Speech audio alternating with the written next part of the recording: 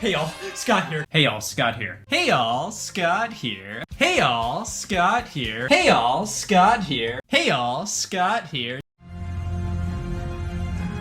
What the f***? Eminem's kart racing wasn't good? I have $20 and I need a weekend for my kid! Did somebody order terrible? Everybody who's like, Scott doesn't play my favorite games. Well, f*** you. Have you played Chicken Shoot? Jesus, humanity. Now, would I consider the data design game shovelware? No, I consider them Hey y'all, Scott here. Hey y'all, Scott here. Hey y'all, Scott here. Hey y'all, Scott here. Hey y'all, Scott here. Hey y'all, Scott here. Hey y'all, Scott here. Hey y'all, Scott here. Hey y'all, Scott here. Hey y'all, Scott here. Hey y'all, Scott here. Hey y'all, Scott here. Hey y'all, Scott here. Hey y'all, Scott here. Hey y'all, Scott here. Hey y'all, Scott here. Hey y'all, Scott here. Hey y'all, Scott here.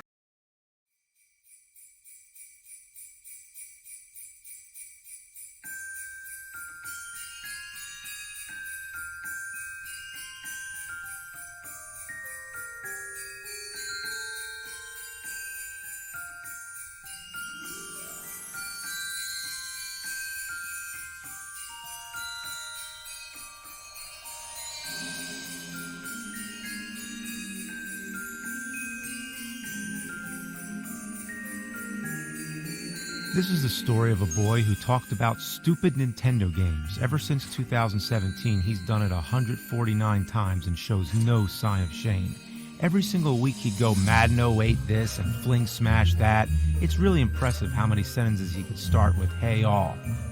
Any professional could make the argument he's gone off the deep end, but I think it's just how he's always been. He just enjoys talking about these things regardless of what situations he gets himself into. Plus, he buys a lot of stuff, like a lot of stuff, and he stated on multiple occasions he evades taxes. Like, Jesus Christ, I think he does it for fun. But with the Christmas season upon us, his passion may have finally brought him towards a bit of a crisis. Hey y'all, Scott here. Hey y'all, Scott here. Hey y'all, Scott here. Hey y'all, Scott here. Hey y'all, Scott here. Hey y'all, Scott here. Hey y'all, Scott here. So, tell me where it all began. Alright. Hi, my name is Scott, and I'm not an alcoholic. My name isn't Scott, and this isn't an AA meeting. Oh, thank God. I always hated those. I always felt out of place. I wish they would make it more accessible to non-alcoholics. You're stalling. I'm sitting. We can do this the easy way or the hard way. I'm paying you. With a coupon. You don't know what it's like to go to therapy. Hey, I got a life outside of this job. I go to therapy twice a week. You're a therapist. Where do you go to therapy? The mirror. Alright, fine. It all started at my desk. Hey y'all, Scott here. Hey y'all, Scott here. Hey y'all, Scott here. Hey y'all, Scott here. Hey y'all, Scott here. Hey y'all, Scott here. Hey y'all, Scott here. Hey y'all, Scott here. Hey y'all, Scott here. Hey y'all, Scott here. Hey y'all, Scott here. Hey y'all, Scott here. You're a therapy machine. You're gonna therapize good tonight. You're gonna be the best therapist a therapist will ever ask for. You're gonna do great. So I was thinking we could tackle Ultra Smash next. This game left me traumatized. Who gave you my address? Why are you here? What the? Wait, let's go one at a time. You first. What the f are you doing here in my house? Okay, fair question. Now it's my turn. I was hoping we could bang out some more therapy. You are a therapist. I'm traumatized. It all works out. I can't give you therapy right now. It's daytime. I'm a night therapist. Don't my credits transfer over? Listen, I didn't become a therapist to hear you vent about Amigo Festival. Amiibo Festival? I'm not registered to give advice about that. Well, then are you a registered therapist at all? So, tell me about that dumb f***ing tennis game that hurt your feelings. I don't know. I feel like you're only talking to me now so then I don't tell anybody you're not registered to be a therapist. I feel like I almost have to pay you to listen to me. So it's therapy. Yeah, it's pretty much therapy. After Animal Crossing Amiibo Festival, I decided it was time to move on to smaller and worse things. I was at my desk again. Hey y'all, Scott here. And we're back with Say That Answer. For $5,000, what city Pass! is best known for entertainment South Carolina! besides Hollywood? Oh, is it a city? South America! Hey y'all, Scott here. Hey y'all, Scott here. Hey y'all, Scott here. Hey y'all, Scott here. Hey y'all, Scott here. So, tell me where it all began. Alright. So, tell me where it all began. Alright. Oh, you're that guy! The one and only. I was your therapist! You're more delusional than I thought. You were my patient that wouldn't stop talking about virginity! And not being your patient. You played that mammal game with the toys? I would remember if that happened. It's on my bucket list. The tennis thing with Big Luigi? If that game doesn't exist, it would be on the news. And you're about to talk about something else, and that's what I called it! See, this is where your story falls flat. It's really unlike me to talk about 3 things. You freaked me out, man. The fact you gave a shit about 3 different games scared me. Who knows what you're capable of giving a shit about? Let me get this straight. You believe I, who answered a 1 ad in the paper for therapists, used to have you as a therapist, and you went insane after therapy sessions with you about 3 games caused you to question faith. That's my obituary. Okay, well, I can't help you until I know what the 3rd game is going to be. Why? It sounds like a good thing to add in my book, My Patient's Personal Stories and I. I don't know. You didn't talk about it. It was a game. Wait, I remember a game.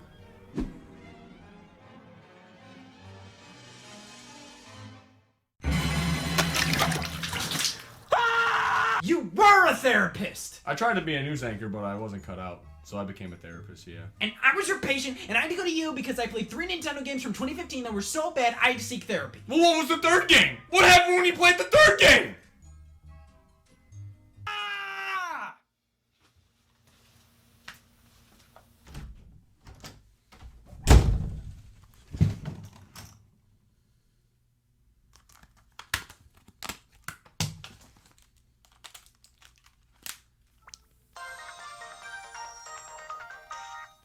After I get therapy for playing all 3 of these games, I'm gonna suppress everything, forget who I am, and become a therapist. And here we are today. So it's just a 2D game about a robot. A bad 2D game about a robot. Those exist? Not until 2015 they didn't. Listen, can you just get over this trauma so I can enjoy my therapy in peace? No, you need to get over your trauma. I need therapy, alright? And you're gonna give me advice on how to improve my mental health, and you're gonna like it! You were a therapist. Don't you give yourself therapy? My mirror's in the shop! You don't know what I go through every day. How do you expect me to give you secret therapy when we didn't even finish our original session? You know, I'll tell you what. If I finish your session, will we do my therapy? You know there are millions of customer support websites that would love to hear your personal problems. You need to finish what you started. We need to end this now. I have dinner tonight with my family, and I gotta finish this before then, so I don't show up insane. Okay, fine. Let's go to where it all began. Nice place. Is this your couch? Yeah. Okay, this place, so. You ever take a shit? Oh yeah, been a big fan. Cool, so you know what this place is. This is the bathroom. Know what's always there? Well, on the off chance I need to restock, no, but I keep these here as a hobby. I like to curate them. This game blows. This game blows. Oh, oh my God! It's worse than I thought. Game blows. I really should have reconsidered installing that.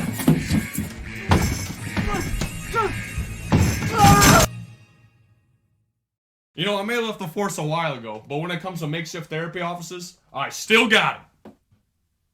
I've seen better. So, tell me where it all went wrong. Well, This game is worse than I thought. GB Robo Ziplash is a stupid fucking fuck shit. You know, that sounds about right, but something just doesn't seem right. Oh, hey y'all, Scott here. Hey y'all, Scott here. Hey y'all, Scott here. Hey y'all, Scott here. Hey y'all, Scott here. Hey y'all, Scott here. Hey y'all, Scott here. Hey y'all, Scott here. Hey y'all, Scott here. Hey y'all, Scott here.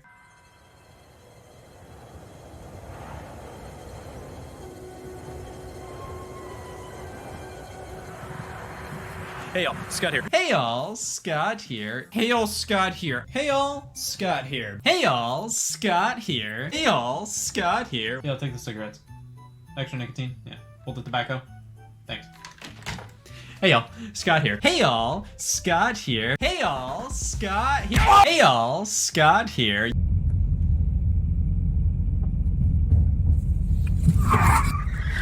What are you doing? The funeral home's that way. We're not going to a funeral. I knew that was the only way to get you in the car. What the hell? I bought new shorts for that. You've been going down a bad path lately. How lately? About the past 23 years, give or take. I can't help what I did as a fetus. I'm sorry. You took me from my apartment just to drive me back to my apartment? Breaking and entering isn't as fun if you know what's happening.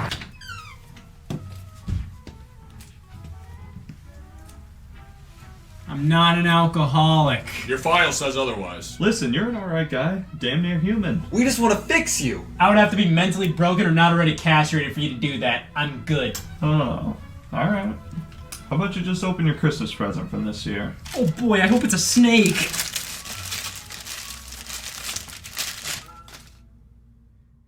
What the fuck? Somebody shut him up with some duct tape. On it. What the hell? What could possibly be wrong with me? You're not an RPG guy. I thought that was my race. Nope, my bad. Got them mixed up.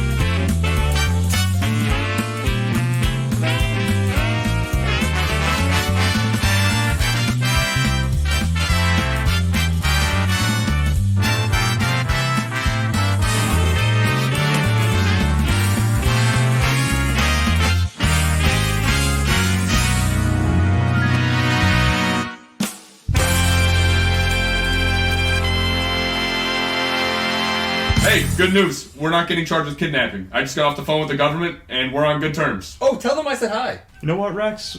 How about you go? Scott's a roommate of 9 months. I think that makes sense. You're not my roommate. I thought you knew. I don't know what RPGs are. But I think you're being a little bitch about them. Yeah, what are RPGs again? I don't know, a gun? Do I at least have a chance to explain myself? This is America, so no! This isn't America, this is Ohio! It all started 23 years ago, the doctor said. It's not an RPG fan. Contrary to popular belief, I didn't always play video games, which is why there are no records of me prior to 03. This was the year I truly started playing video games, so pretty much the year I was truly born, which you know what that means. I'm a minor. I remember my first experiences with the medium being in the arcade. You know, you go to the laundromat as a kid and you're a big fan of the dryer, but then as soon as you lay eyes on the Galaga in the corner, well, the laundry fandom lost a member. The classics, Pac-Man, Ms. Pac-Man, Galaga, these were my favorites, so you know I'm fun at parties. My first video game experiences, and to this day, they're some of my most beloved titles. Sort of lame to say. Saying you love arcade games and your favorite is Pac-Man is like saying squares are my favorite boxes. Like, yeah, it's true, but who cares? It's such a basic answer. Anybody who hears you like arcade games wants to hear something more elaborate or obscure, but I'm not gonna say I give a shit about clacks for respect. I love those old Namco classics. They were and still are some of my favorite experiences. They're so simple and are pretty much the same song and dance every time you play them, but their gameplay never gets old. Around this time was when I discovered the Nintendo Entertainment System. It was hooked up at my grandma's house in the den area. I remember distinctly a goldfish cracker was lodged in the cartridge slot. Yeah, try it, it works. This was my cousin's old system and he left it there alongside a shoebox full of games. These are human teeth. Super Mario Brothers and Duck Hunt. I easily played this one the most. Keep in mind, I really fucking hated ducks. Using the zapper gun was so cool, and swapping over to Super Mario Brothers let me live out my fantasy of looking at sewage-colored man. Super Mario Brothers 3 was there too. God, what a game. Every time I play it, I discovered something new. Holy shit. Excite Bike and Ninja Turtles 1 and 3 and Kung Fu Heroes and Adventures of Bayou Billy because there always has to be a 7th. But I didn't want to be a mooch, I wanted to be this. So I eventually received my other cousin's hand-me-down Sega Genesis Model 2. It came with a cartridge of Sonic the Hedgehog and I officially gave up on life. This opened a world of possibilities and closed another. I'm a video game owner now. Mom! Sonic the Hedgehog was the first standalone video game I ever owned. I played it so much I couldn't get past the second zone. Me personally, I blame the controller. Why did I always play with butter in my hands? Eventually for my birthday, I received a purple Game Boy Advance, my first brand new game system. The game I got with it? Sadly, this was after my butter phase. Licensed kids games were abundant and I played them for all they were worth. However, I also had Mario Kart Super Circuit, Yoshi's Island, Super Mario Advance 3, and Super Mario Advance 2 Super Mario World. This was my game. I played this to death. Until I got stuck at this one part where you finish a level and then the world map tells you to go f yourself. I loved the world, the power-ups, that sense of discovery. This was my first true video game love. Throughout that year, I got really into shapes, so for my next birthday, I got a GameCube alongside the Game Boy Player attachment, letting me play all my Game Boy games on the TV. I mainly owned just licensed games for the console, but still adored it nonetheless. I had to go to my friend's house to play actual video games, like Pac-Man Fever. That Christmas, I received a blue Game Boy Advance SP and a colorblind diagnosis. A few years later, I snagged my cousin's PlayStation alongside a disc-only copy of Gran Turismo and the demo for Rascal. I didn't play this much. 2007, I got a Nintendo DS Lite, and by 2008, I got my Wii, and I played so much Wii Sports and Wii Play, Mario Galaxy, Smash Bros. Brawl, GoldenEye 007, Mario Kart Wii, WarioWare Smooth Moves, alongside discovering my love for the history of gaming. I could download classic titles with this system, even the ones I played at my grandma's house. There was no need for her anymore. That was roughly my childhood gaming experience. After this, while I still received some game systems as gifts, I was a lot more conscious of the stuff I wanted. I wasn't as dependent on whatever my parents thought I might like. I knew I wanted a Wii U because it was better than wanting meth, but I didn't even scratch the surface of all the Nintendo 64 I played at others' houses, each and every game I owned and what they meant to me, how I played and couldn't get past the first level for dozens of hours of Frogger's Adventures on Game Boy Advance, a 40-minute long game. But hopefully this gave you a good idea as to what I was raised on, what games and consoles made me who I am today. Notice how Lufia 2 wasn't mentioned? As your therapist, I think you should be open to more things, like RPGs and murder. But I've tried RPGs! And I've tried murder. It doesn't count till you like it. So what are RPGs again? Isn't it a political party in Guinea? Why are you so hell-bent on me being an RPG guy? You don't even know what RPGs are! Yeah, I do. Political party in Guinea. We've been over this. I always thought it was like a BLT, but for ranch peas and grapes. Why did you all give me Xenoblade? Oh, that's an RPG? I didn't even know Xenoblade was pronounced like that. I thought we got you an enema. Yeah, I was wondering why you didn't shove this up your ass. No! Based on my childhood gaming experiences, it should be fairly obvious I enjoy more arcadey games. Now, what does that mean? Outside of me being wrong, well, it doesn't mean it has to be from the arcade. More so, it retains elements of arcade gameplay. Look at Pac-Man, for example. I can all day. Quick reflexes, simple controls, easy to grasp concept, anybody can pick it up and play, but very few can master it. Have you seen professional Pac-Man players? No, they live in the Vatican. The concepts at play here really matter to me. If a game is like this at all, I'm gonna sleep well that night. This is probably why platforming is my favorite genre of gaming. You run and jump, it can't get much simpler than that. To anybody who has an argument against that, my mom never got Tetris. Pong? My grandma said, what the f is that? But with platformers, I mean, they would 100% not be able to play them well, but they at least understand what you're supposed to do and the objective. It's just like life. Get to the end. Running and jumping, there are an endless amount of things you can do with that. You can be a plumber, an evil plumber, a plumber's girlfriend. I value simplicity at face value, where like, oh, this is super easy to get, but when you dig deeper, you find all these elements that add up to the game being as good as it is. So just because my favorite genre is platformers doesn't mean I'll get sweaty for Leps World 2. No, you take games like Super Mario Galaxy, Donkey Kong Country Tropical Freeze, Sonic Mania, Mega Man X, Celeste, you start playing them and immediately you're like, I get it. I understand how to play, what to do, and why people give a shit. But then you start to notice amazing design details that went into all aspects of the gameplay, realizing, wow, this game is a masterclass of design. This affects that, and that can't be there without this. That's what turns an already great game into a masterpiece. I love the pick up and play nature of platformers, how you get instant gratification when you jump. You're like, wow, I did that. When you defeat an enemy, when you just barely cross a gap, there's a rhythm to it all. It may be one of the most generic video game genres, like it's what I immediately think of when video game gets brought up, but I think it's for good reason. That doesn't mean I'm opposed to other genres. I love puzzle games for a lot of the same reasons. Rhythm games can be incredibly satisfying and addictive. Adventure games are a dream to get completely submerged in. Shooters I'm awful at, but they can be a blast. Get to the f***ing Xeno shit! I I don't like RPGs. Now, what is an RPG? Why would you ask me? Role-playing games are games where the player controls the actions of a character and/or several party members immersed in some well-defined world. Oh, so what does that make me? An abuser. Technically speaking, this genre definition can be linked to pretty much most games regardless of genre. Take any game. You are controlling the actions of a character and are immersed in a well-defined world. The definition of an RPG can be a bit hazy. I've seen people call the fucking economy an RPG. But you can't fool me. RPG is just like a cloud. I know one when I see it. Oh, there's no debate. Let us go into some of the characteristics of traditional RPGs. Number 1, elf shit. Fantasy is generally the go-to genre of the genre. It kind of stems from the origins of video game RPGs, which were tabletop RPGs like Dungeons and Dragons. I'll stick to Yahtzee. Of course, an RPG can be set in any kind of world, but just like how puzzle games love the colored shape trope, fantasy is the go-to here. And there's nothing wrong with that. Some of my best friends are a fantasy. So what's the big deal? I love fantasy, put down 3 letters, I'm sold. Yeah, seems to me. You don't have much of an argument here. Like Stalin. Stalin f***ing hated RPGs, but loved Donkey Kong Country Tropical Freeze. Yes, Yeah, absolutely. yeah. Okay, so I'm into it. we're on the same I like page. it. It makes Yeah, sense. so, It makes sense. but- Absolutely. I I get get it, it. but I get good it now. point. Good point. Better point. Yeah. Better point.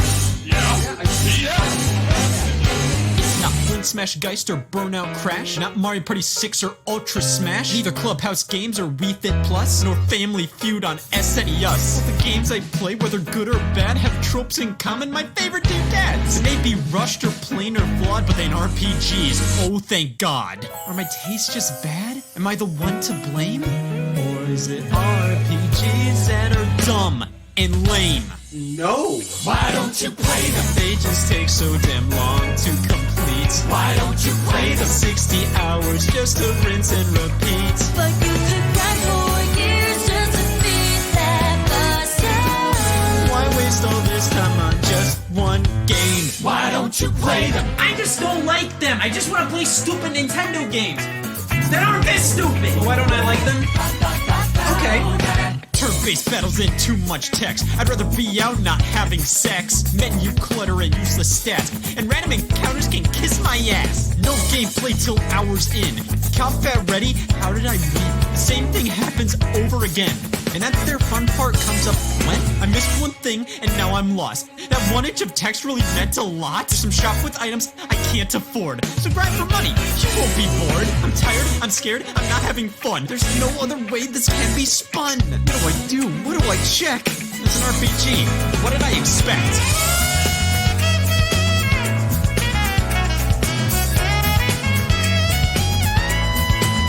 Why don't you play them? So good. Listen, guys. You can have opinions. Why don't you play them? They're not my style. Why don't you? Number 2. Wait your turn, f***er. The de facto setup for RPGs most think of is the turn-based RPG. I don't want to wait to be disappointed. This isn't a pregnancy. So let's look at how a turn-based RPG works. You're exploring this vast world and experiencing a story as it unfolds. That's the point of most RPGs, to create a universe that you want to get lost in. Tell a story unlike any other with some of the most memorable characters out there. This is why video games are such a popular medium to tell stories through. You are a character. The story is happening to you. Your friends in the game start to feel real if it's done right. Most role-playing games heavily depend on an engaging story, and of course stories need conflict, so what happens when danger strikes? Well, I'm walking around enjoying myself thinking, what's next? Homicide. Here's a list of things I can do. I can attack, I usually perform some special ability like existence. Well, that didn't do a damn thing. Or just give up, run, bitch out, they don't care. So I select what I want to do, I watch the character do what I told them to do, then it's the enemy's turn, because it's only fair. They attack, thanks. And now we're back to me. I'll probably attack again. Actually, it might be a good time to heal myself with some medicine. Good, I brought Dayquil. Alright, and it's their turn again. They attack. And now we're back to me again. Alright. Obviously, there's nothing inherently wrong with turn-based battles. It's a time-tested gameplay style. If it was completely outdated and uninteresting, it would have been ripped out of games eons ago. There's a reason text-based adventure games died out and their technology is being reused on Tinder. We still get turn-based battles in games constantly. They obviously work. There is depth here, and most video game players like them. The biggest media franchise on the planet is Pokemon, and it's a turn-based RPG. It works. But want to see why Scott's a fucking idiot? I can see it! So the point of a role-playing game is to make me feel as if I'm playing a role. If I'm supposed to be immersed as this character, why are battles set up like this? This is potentially the worst way to immerse me in an experience. When would my mortal enemy bat number 4 wait for me to pick an attack and then let her rip? Why would I give them a chance to hurt me? That's just counterproductive. In going through my list of attacks I can perform, it doesn't make me feel like I'm the one performing them. It feels like I'm commanding that character to do it. Turn-based combat almost feels at odds with the rest of what these games are trying to do. If it's trying to make me feel as if I am the character, going to the extent of having me name them myself, why are the battles like puppet shows? Well, I guess you could view RPGs as a performance. The origins of tabletop RPGs, you announce everything you're doing as if it's a book being written right there on the spot. So there's some showmanship to it all. It's a role-playing game, so it's like these are actors taking on the roles of these characters. So again, why can I name this guy myself if I'm playing the role of him? Most of the time, the actor doesn't pick the character's name. I just don't feel like I'm doing anything in these battles. Clicking through a menu doesn't feel like I'm accomplishing anything, and landing a great attack, I just don't feel incredibly accomplished. I selected a menu option. I'll play Pac-Land for that, thank you. Taking turns just slow things down so much. Like, what is he waiting for? Just shoot me! To be fair, I mean, it does offer strategy. You have to sit and think sometimes. Like, how do I want this man to gut me? Not every game should have action-packed combat. It's good to have options. I just fucking hate this one. Out of all the games to have a ton of enemy encounters, why do RPGs have them the most? They go on forever, and there's a million of them you have to go through, all against the same enemies over and over again. Think of everything you could do with all that time. Nope. I got nothing. And then there's the fact that many of these games have random encounters. All right, here we are, number 3. Oops! Oh good, I try to make my way from point A to point B, but I'll randomly be forced to partake in a battle. I don't even see the enemies when I run into them. Like, what's the context of this happening? Oh wow, here I am. Hey.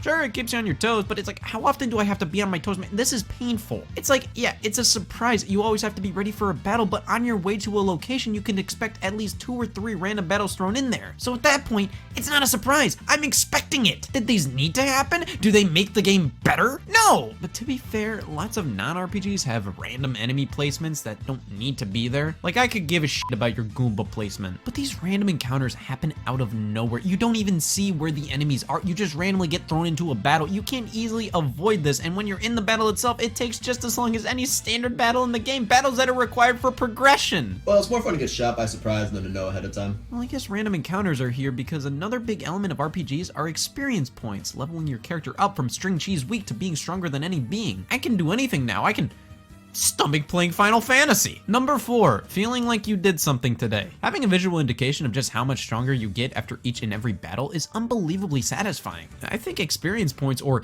EXP, make RPGs for people. You know just how long it takes to go through a whole battle with an ant. And that ant can kick your ass, like it puts up a fight. But then a few hours in, you level up and you're more powerful. You can one-shot kill those ants. Character development. I'm now better than ants. But you know what you have to do in so many of these games? You have to grind for your experience points. You have to wander around, get into random encounters, and just win a bunch of battles to level up before you progress. Of course, most of the time, you don't have to, but it's kinda necessary if you don't want to stain the carpet with your decapitated head. Grinding almost feels like I'm exploiting the game sometimes. Like, is this really how the game was designed? For me to walk around in circles for 2 hours doing nothing but getting into random battles fighting weak enemies to gain extra experience? I just killed snails for 20 minutes. I'm ready to take on Satan. Think we have some more to say. Target employee? He works at Target? Oh yeah, big time. I love his work. Did you see how stocked the shelves were today? Oh yeah, I saw how stocked the shelves were today. Oh yeah, Scott, you mostly knew my brother. He worked at Wendy's. He was a really good guy. Mostly dead nowadays. Didn't you work at Wendy's? Shh, he's talking. His dying wish was to see you play near replicant version 1.224744.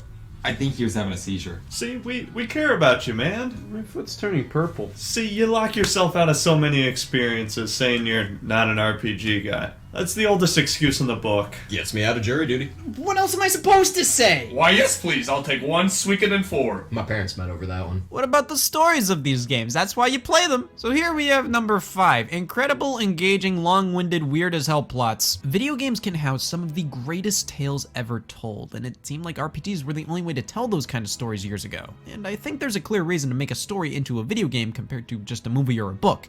It's the experience. There are tons of video game stories that are great.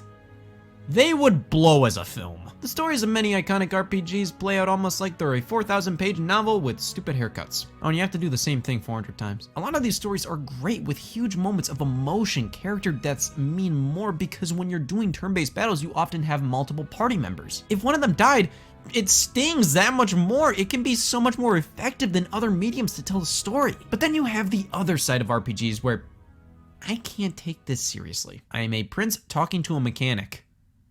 Okay. I thought I'd adjust my speech here. Scott, the lack of RPGs you play is horrifying, and I've seen bees. Oh, he means it. To show how much we care, I have a surprise witness. At an intervention? I present to you K-Swiss of Bankruptcy Patrol. Oh my god, you got a white guy? This is Scott's bank account without RPGs. Sure, he's buying them, but he's spending all his time playing and buying other games. If he sat down and played an RPG, he wouldn't have time to waste money on other games. Well, at least I'm stimulating the economy. If anything, you're doing immense damage to the economy. You're buying plenty of RPGs, but you have no actual interest in them. Companies think you want RPGs, so they make more, but when more RPGs are announced, you get annoyed and tell people not to play them. Without this issue, people who actually want to play RPGs buy them. Thus, supply and demand return to a renaissance, if you will.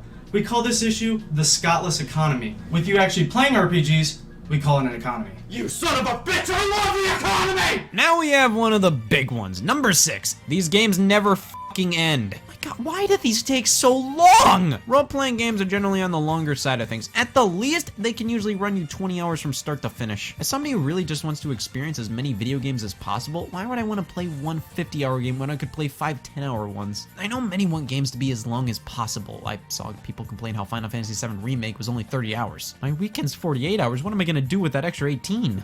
I don't know. I personally get a little turned off when I hear how long a game is. I've never been a big, I better be able to squeeze this many hours out of a game kind of guy. But I totally understand if people are like that. It's just, I don't care if a game's 10 hours, that sounds like a pretty sweet length to me. But RPGs are so long because they have so many battles, and so many of those battles are the same things over and over again. It's just the amount of time I spend in these games, I don't feel it's justified. And then we have number 7.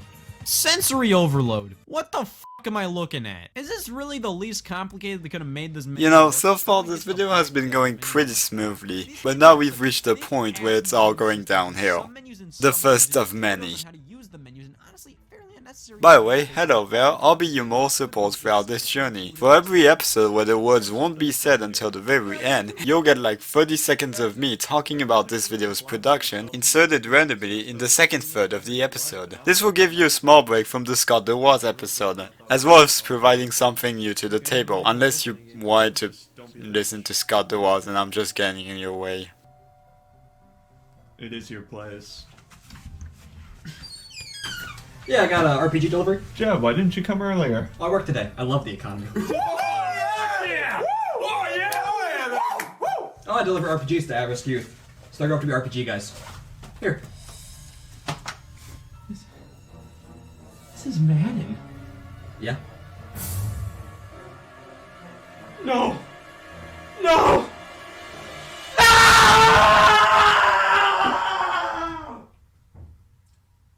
Anybody want to rent the second room here?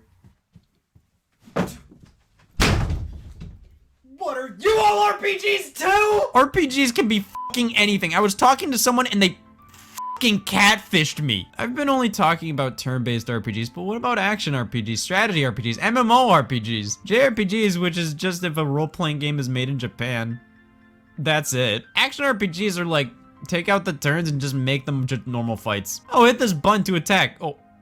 Oh, thank God. I gotta say though, a lot of action RPGs just feel like hack and slashes or shooters with numbers. MMORPGs, let's take this and pair it up with Omegle. Look at these players online. These are my type of people. We all know how to use menus. Strategy RPGs, I got nothing. These are all such different types of games, and so many games outside of RPGs have RPG elements. You can make an argument that any one of these games are RPGs. Madden, look at all these stats. How is this not an RPG? People constantly make the argument Zelda's an RPG.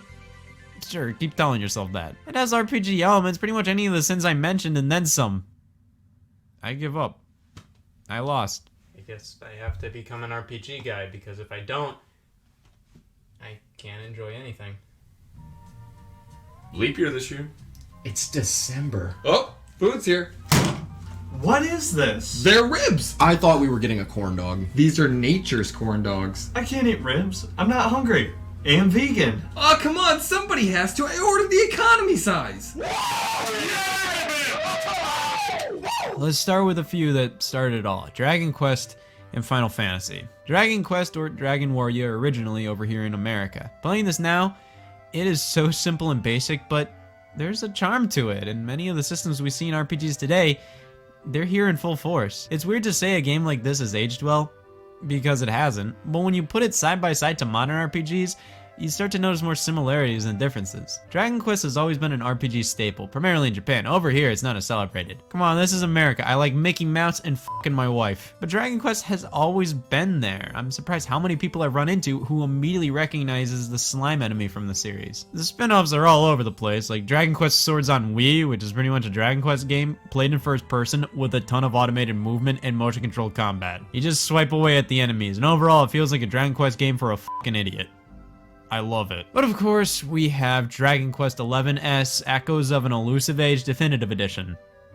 Number 8, ass-long titles. Oh my god. This game is so lovely. Like, it's just so happy. Even when dark moments happen, this is just such a jolly world. These characters' designs are so fun. I'm not a fan of more typical anime-esque designs, but with Dragon Quest, I like this style. It just feels so nice. The characters, the monsters, even the gameplay. I'm sure the battles are more tedious than if it wasn't a traditional RPG, but it's not that annoying. I like this game. I just don't want to spend 100 hours liking it. But then we have Final Fantasy, easily the most iconic RPG series. While Dragon Quest was far more traditional in terms of fantasy world with dragons, beat the evil, Final Fantasy continues to go all over the place. Again, this is a prince. Each Final Fantasy is pretty much completely separate from the last, which is how we get such game titles as Final Fantasy 13-2. The Final Fantasy game I played the most is Final Fantasy VII Remake. I like it, but like I said, action RPGs just don't feel like RPGs to me. They feel like hack and slash games with stats. This series hasn't always been turn-based, and that's not even counting junk like spin-offs. Final Fantasy 11 and 14 are MMORPGs. Am I the only one to find that bizarre that mainline numbered titles in the Final Fantasy series are MMOs? Like, why not make them their own designated spin-off series like Final Fantasy Online, but alright. 15 and 7 Remake are action RPGs, no turns here. This was done to give Final Fantasy more broad appeal and make it so a FIFA fan could play it. So I gotta be honest, I have a lot more fun with this gameplay style, but I almost feel patronized playing it, like I'm too dumb to enjoy the older games, so here's some flashier bullshit. Yeah, is this stale pretzels? I'd like to place an order. Yeah, the stale pretzels. Oh, get some ribs. No, it's stale pretzels. All they have are stale pretzels. No, if you ask, they'll make it for you. Yeah, I'll do a side of pretzels. It's kind of a weird way to say ribs. My god, is this how he sounded to him? Depends on how he pronounces ribs. Of course, if you're more of a classic RPG guy, there are still tons of games releasing that are supposed to be direct callbacks to those older games. Bravely Default and Octopath Traveler. If you're not a fan of modern Final Fantasy, these games bring us back to a simpler, far slower time. Yeah, I'm not as into this. When you program a fast forward button into the base game, I feel like you could have just designed the gameplay to be more efficient. But god, Octopath, there isn't any other game that looks quite like this. And the music! Kingdom Hearts answers the age-old question of what would happen when you put Final Fantasy and Disney together. Actually, I don't know if it does or not. And all these games come courtesy of Square Enix, your one-stop shop for RPGs. They've also released other iconic titles like Chrono Trigger and the Mana series, which is interesting considering it was one of the few classic RPGs that went for an action approach comparative to turn-based. While I highly disagree on The Legend of Zelda being an RPG, at least one entry in the series is definitely one. Zelda 2, The Adventure of Link. You kill enemies to level yourself up in various departments. I like it. Zelda 2 gets a lot of flack, but it's honestly pretty enjoyable. And Nintendo's RPG series, I mean, we have the Mother series, or Earthbound, which has definitely helped many get into RPGs. Most games of this nature were fantasy, which has its fans, but Earthbound you were playing as a kid in a town. It made it stand out, and I think it helped many find more of an attachment with the genre. Now, Pokemon, on the other hand, can fuck right off. I've tried so many times, but I just can't get into Pokemon. I feel like I've 100% missed the boat on playing the franchise. If I played it as a kid, I feel like I'd find it easier to enjoy now. If I start the game, I just feel like it's a slog. I don't feel this sense of wonder. I just feel like I'm walking from point A to point B, mashing the A button to get through text boxes, fighting other Pokemon by, again, mashing the A button. At least turn-based works really well here in terms of immersion. You're not the Pokemon, you're commanding them what to do, which I think works much better contextually than most other RPGs. I want to like these games though, I just can't get into them. Same with the Xenoblade series. I'm so happy that this franchise went from not coming outside of Japan to here's a Smash Brothers character, multiple remasters and remakes, a sequel, another sequel, an expansion to the sequel. It's really cool to see that, and I think the original Xenoblade is unbelievably impressive. Like, this world is in a Wii game. It's just not personally really my thing. But then you have Golden Sun. Definitely gives me Dragon Quest feelings of happiness. I do like a lot about this.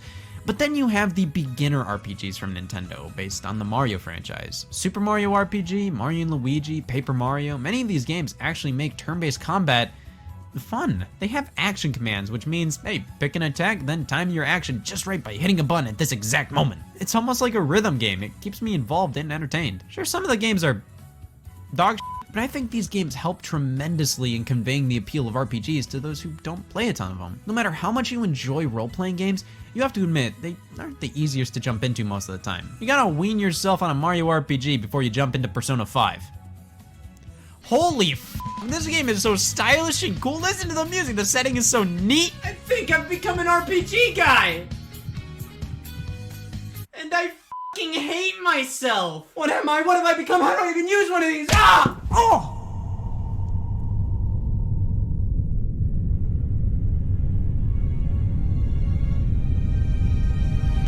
Hello, my name is God. Oh my god, I meet Jesus and a Target employee in the same week? You know, we should do something nice for him. Like to place a Fling Smash order? What do I want? Yeah, I'll go with Fling Smash this time.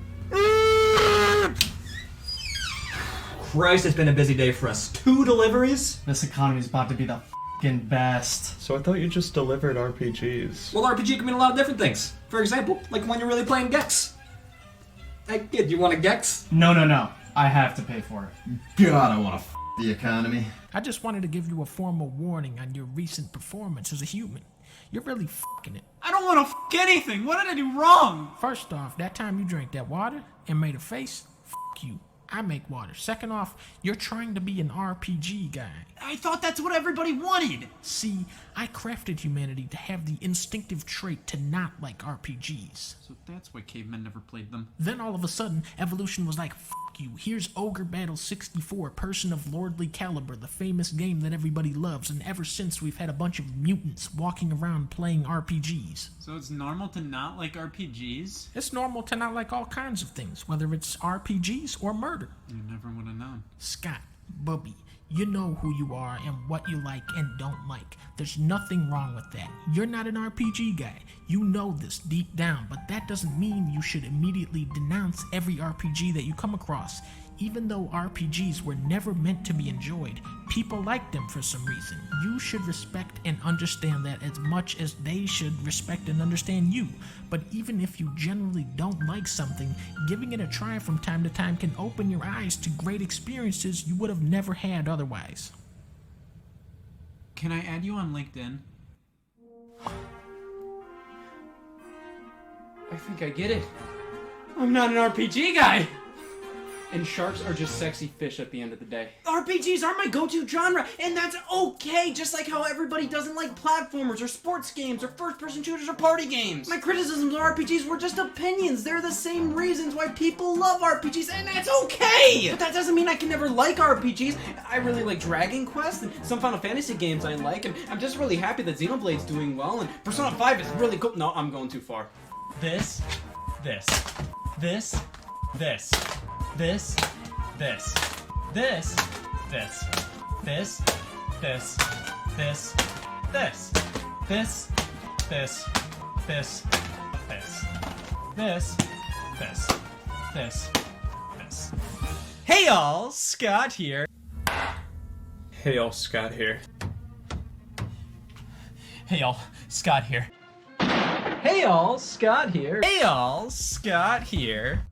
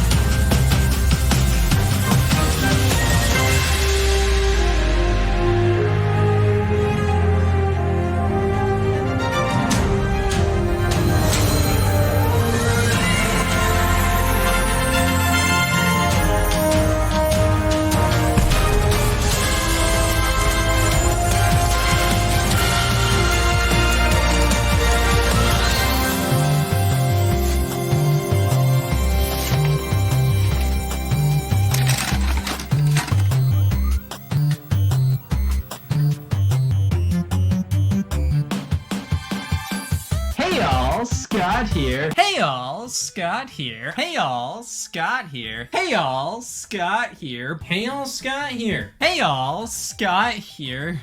Hey y'all, Scott here. Hello, I come from a time in which the term "Hey all Scott here." Hey y'all, Scott here. Oh my god. A room! I don't know why, but I feel like giving Super Mario 3D World a critical look. Hey y'all, Scott here. Hey y'all, Scott here. Hey y'all, Scott here. Hey y'all, Scott here. Hey y'all, Scott here. Hey y'all, Scott here. Oh, for the love of God, I was supposed to get robbed tomorrow! Damn it! Well, my evening opened up. What am I gonna do now? I can't go, hey y'all, Scott here. Hey y'all, Scott here.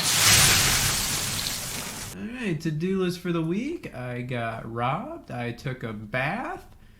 Now go on Wikipedia. You know, it's pretty hard to go, hey y'all, Scott here.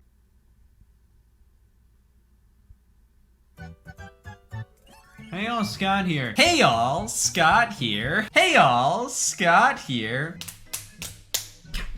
Best of two. No, I've given you more than enough chances. 1. And you weren't willing to be my bitch. I wasn't gonna make an exception for you. You never paid your bills, and as a bank, we have to treat everybody the same. It's our sworn duty to everyone over. Come on, give me a break. Come on, I saved your wife from getting shot. She's a convicted serial killer. How can you expect me to get out of debt? I can't be employed.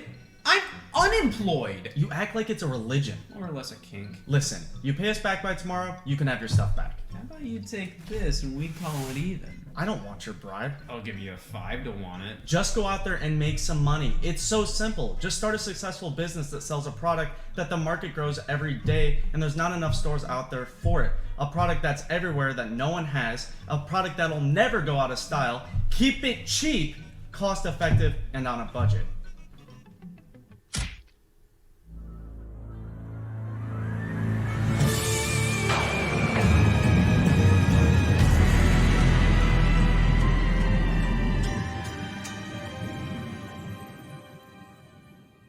Hey y'all, Scott here. Hey y'all, Scott here. Hey y'all, Scott here. Hey y'all, Scott here. Hey y'all, Scott here. Hey y'all, Scott here.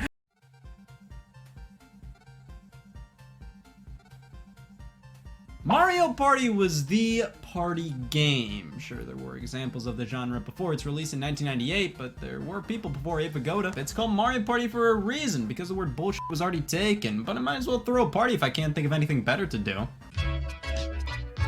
No, let's throw a party.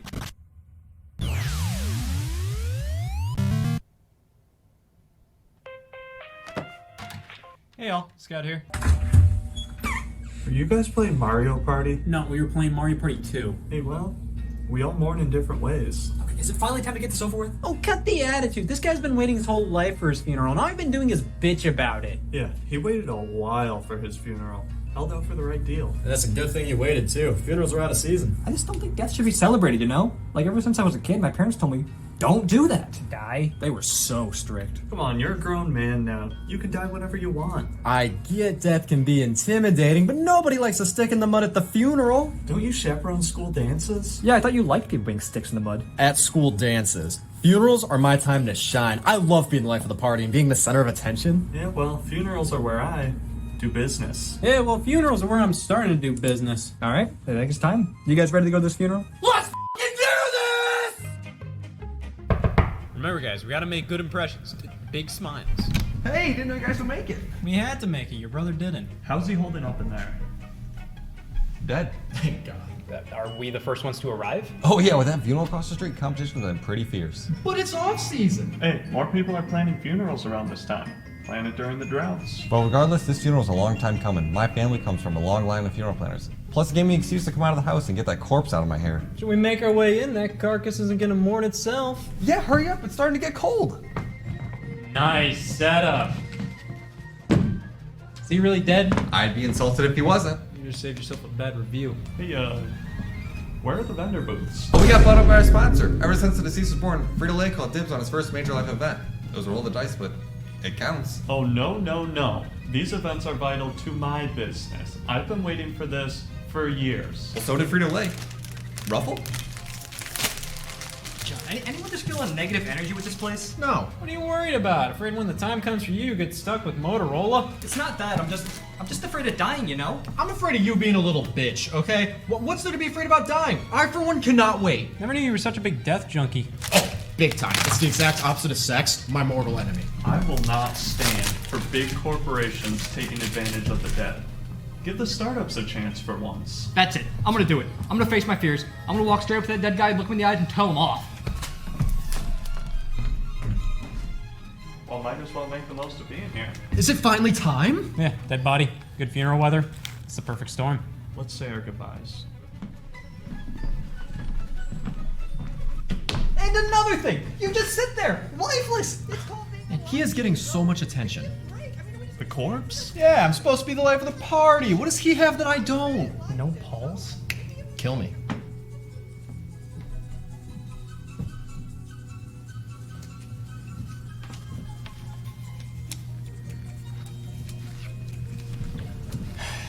Alright. You ready? You go without me. I need to rethink some things now that I know this funeral isn't about me. Hey, come on, you know what they always say. You can't misspell funeral without you and I. How do you do it? How? Bunyan? You know, I gotta hand it to him. He died. It was bound to happen eventually. Yeah, well, regardless, I thought I should give you my review of the funeral before I post it. Well, shoot, I'm always up to improve things for next time. Alright, well, firstly, this isn't even the first time he's died, so the hype's just not there. Well, how can I make it up for you? Discount for your next visit? No, I have a membership card. I'm fine. Next, this place is so unsanitary. There's a dead body right there. Well, is it good for you? Howard didn't even say anything back. Yeah, same. I don't get why he's so popular here. Well, he is more relatable to the masses. So many dead people out there. I suggest going up to his brother, trying to win him over. Maybe you can be the subject of his next funeral. That would be the dream. All right, I'm going in. Frankly, at this point, I'd say just come for the rewards points. And on top of that, I'm sleepy. Hey, saw you had a door here. Thought I'd help myself. Hey, the polls just came in. Congratulations on being the 4th most popular person at this funeral.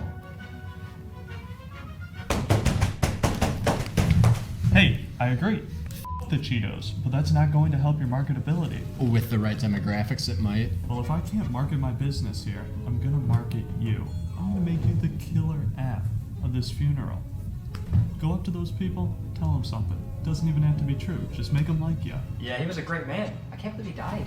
Yeah, I got some big projects to work myself. Oh, do tell. Yeah, I've been getting drunk as shit and watching nothing but Porky Pig cartoons lately. And I gotta say, I get the hype. Hey y'all, Scott here. Hey y'all, Scott here.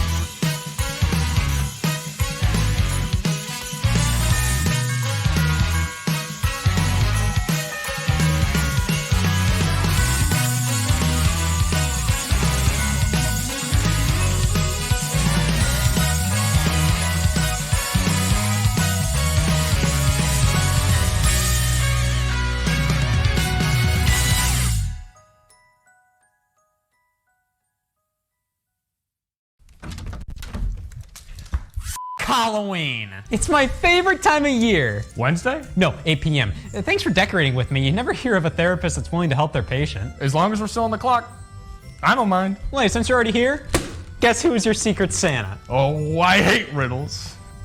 Please guess I put money on your answer. Well, if I guess right, it wouldn't be a secret. Please, it was me. Well, I don't know any me's. I know a you. Well, he was your Secret Santa. Good, I don't need my toes anyway. Oh, how did my Secret Santa know? Well, when you asked for water when you came in, I knew it would be perfect. I love it. Don't patent that reaction of yours because I'm gonna create a sequel tonight. I've been trying to figure out who got me for Secret Santa for 9 years, which says a lot about my dedication considering invitations went out a week ago. See, when we were passing the hat around drawing everybody's names for Secret Santa, I recorded everybody's facial expressions. Jeb's eye twitched, and his eye only twitches when he sees the letter B, which eliminates me and everybody else. Why do you want to know so badly? I already got my present, and I don't even know who got me. Well, I'm planning this to be the best Christmas ever. We'll make a new Jesus. A better Jesus. A Jesus for the common man. That, and I want everybody to get exactly what they wanted for Christmas, which includes me. Again with this me guy. You know he was my Secret Santa? I just want a good quality present, something that tells me everybody around me truly cares. But you got an intervention last year. Yeah, but I've been thinking through a lot lately. Like, just yesterday, I was reminiscing about the lamest possible presents. Fertility?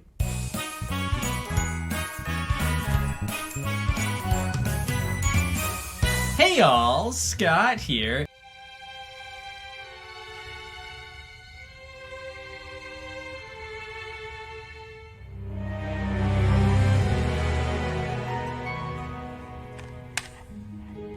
Hey y'all, Scott here. Hey y'all, Scott here. Hey y'all, Scott here. Oh, hey y'all, Scott here. Hey y'all, Scott here. Hey y'all, Scott here. Hey y'all, Scott here.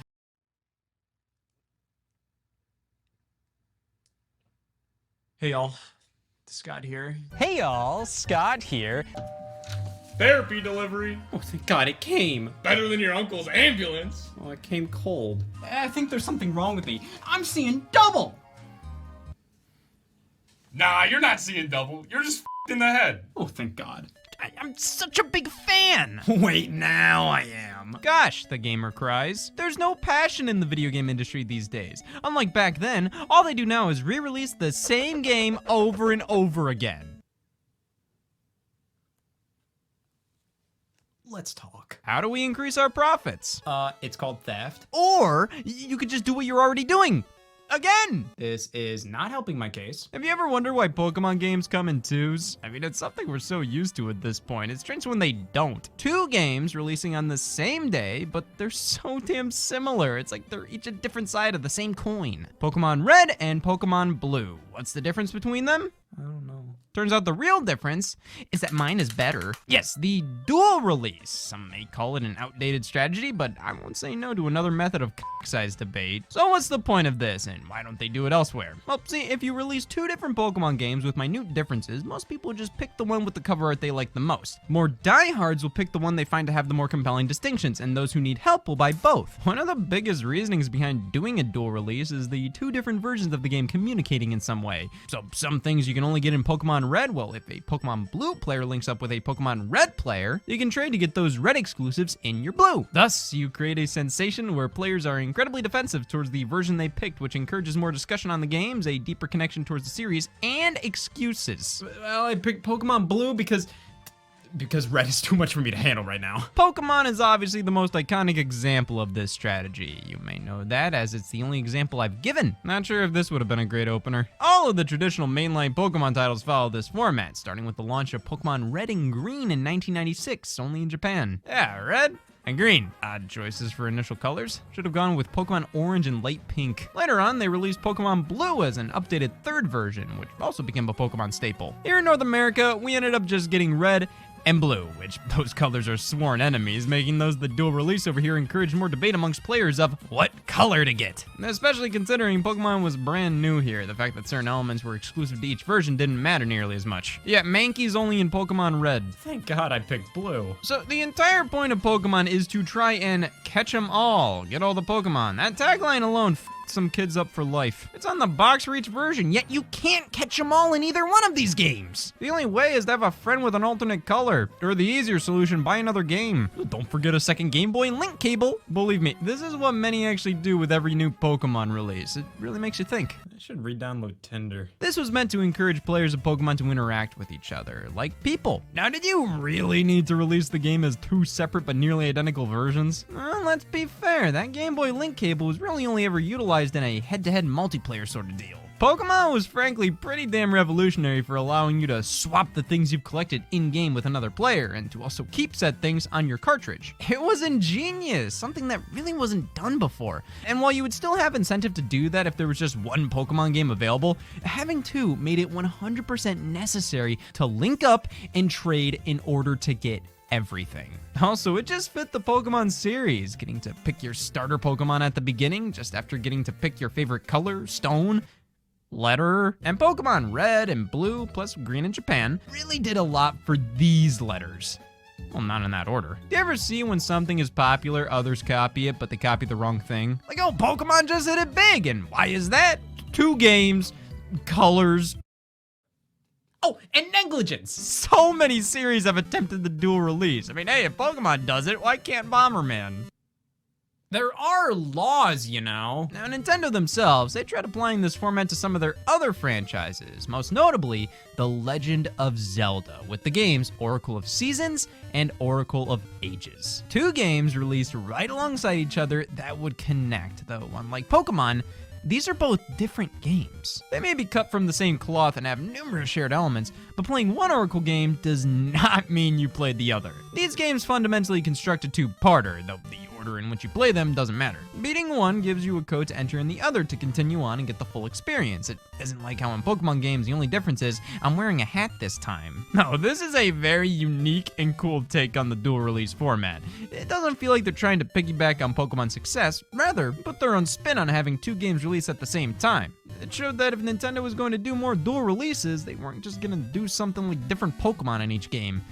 They were gonna do it with dogs! Nintendogs on the Nintendo DS released in 3 variants at launch, each with different dog breeds to pick from. Which dog did you choose? Squirtle. Turns out Nintendo wanted this to feel like you were picking a dog from the pound, so initially the idea was to have 15 separate versions of Nintendogs for each breed on shelves at once. Thankfully, they narrowed it down to 3, with each variant just having different types of dogs at the start, with all the others from the separate versions unlockable later on, so there's really no need to buy all editions. And yet, here we are! Where? How? Nintendogs Best Friends would launch later on, that featured the most popular breeds available at the start, with, just like the others, the rest of them unlockable later, like the Pugs. So it's fundamentally a Nintendogs Greatest Hits that just gets worse as it goes on.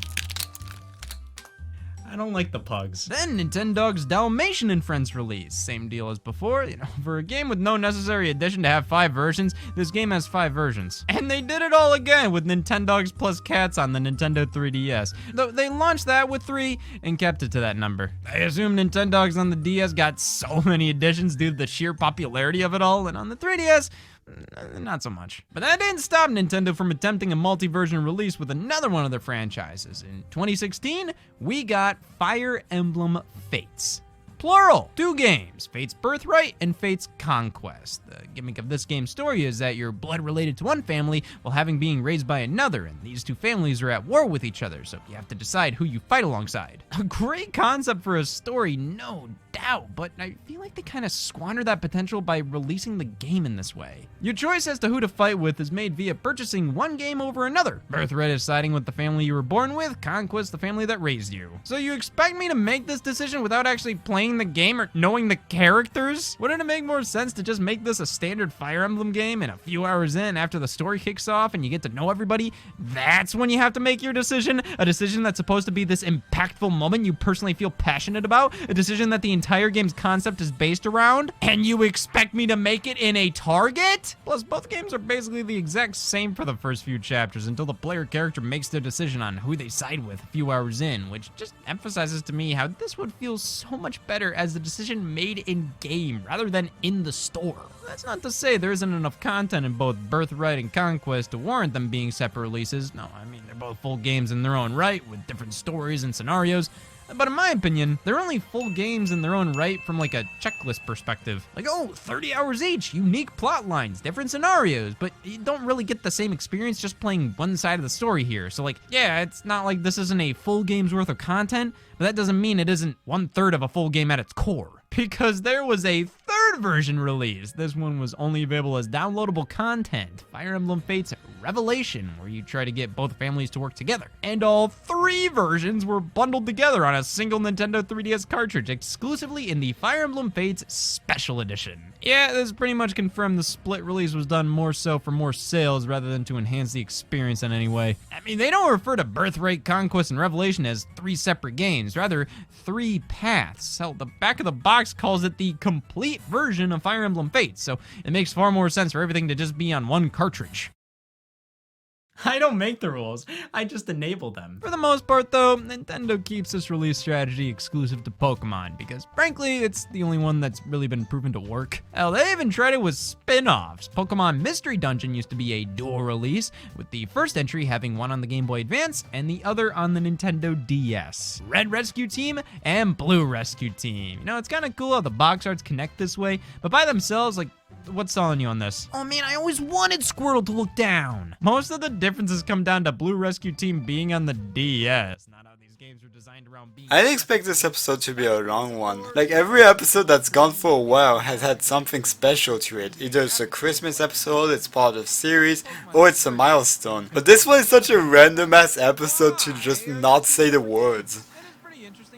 On another note, the video will end at Season 7, aka Episode 275. There is a 276th episode, but counting it will just add 3 hours to this video, and I think it's already gonna be long enough. To other Red Rescue Team players, same with Blue Rescue Team players. You can connect Red Rescue Team to Blue Rescue Team by plugging the game into the DS's GBA slot, but you can't physically connect the DS game to the GBA game, so if you want to do that, you have to use passwords to trade version-exclusive Pokemon, which you can just look up online. Can't really blame them for the lack of communication between the two games, as being on 2 different systems will do that to you. But this feels like they were making this game for the Game Boy Advance when, damn it, put it on the DS for a multi-platform release, but decided to be cute and they gave each version a unique twist. They also crucified my productivity for the past 3 minutes. Mystery Dungeon continued to receive dual releases until Gates to Infinity on the 3DS, which was just one standard game. Then when Red and Blue Rescue Team were remade on the Nintendo Switch, they were combined to just be one title, Rescue Team DX. That's what happens with a lot of series. They try this out until eventually giving up and going back to what worked originally. Case in point, Yokai Watch, one of the biggest games on the Nintendo 3DS. It took Japan by storm in ways not seen since Pokemon's debut, which was just the beginning of the comparisons between the 2 franchises. I mean, both are RPGs, both are about kids collecting and befriending unique monsters, both launched a huge line of merchandise, anime, movies, manga, spin-offs, so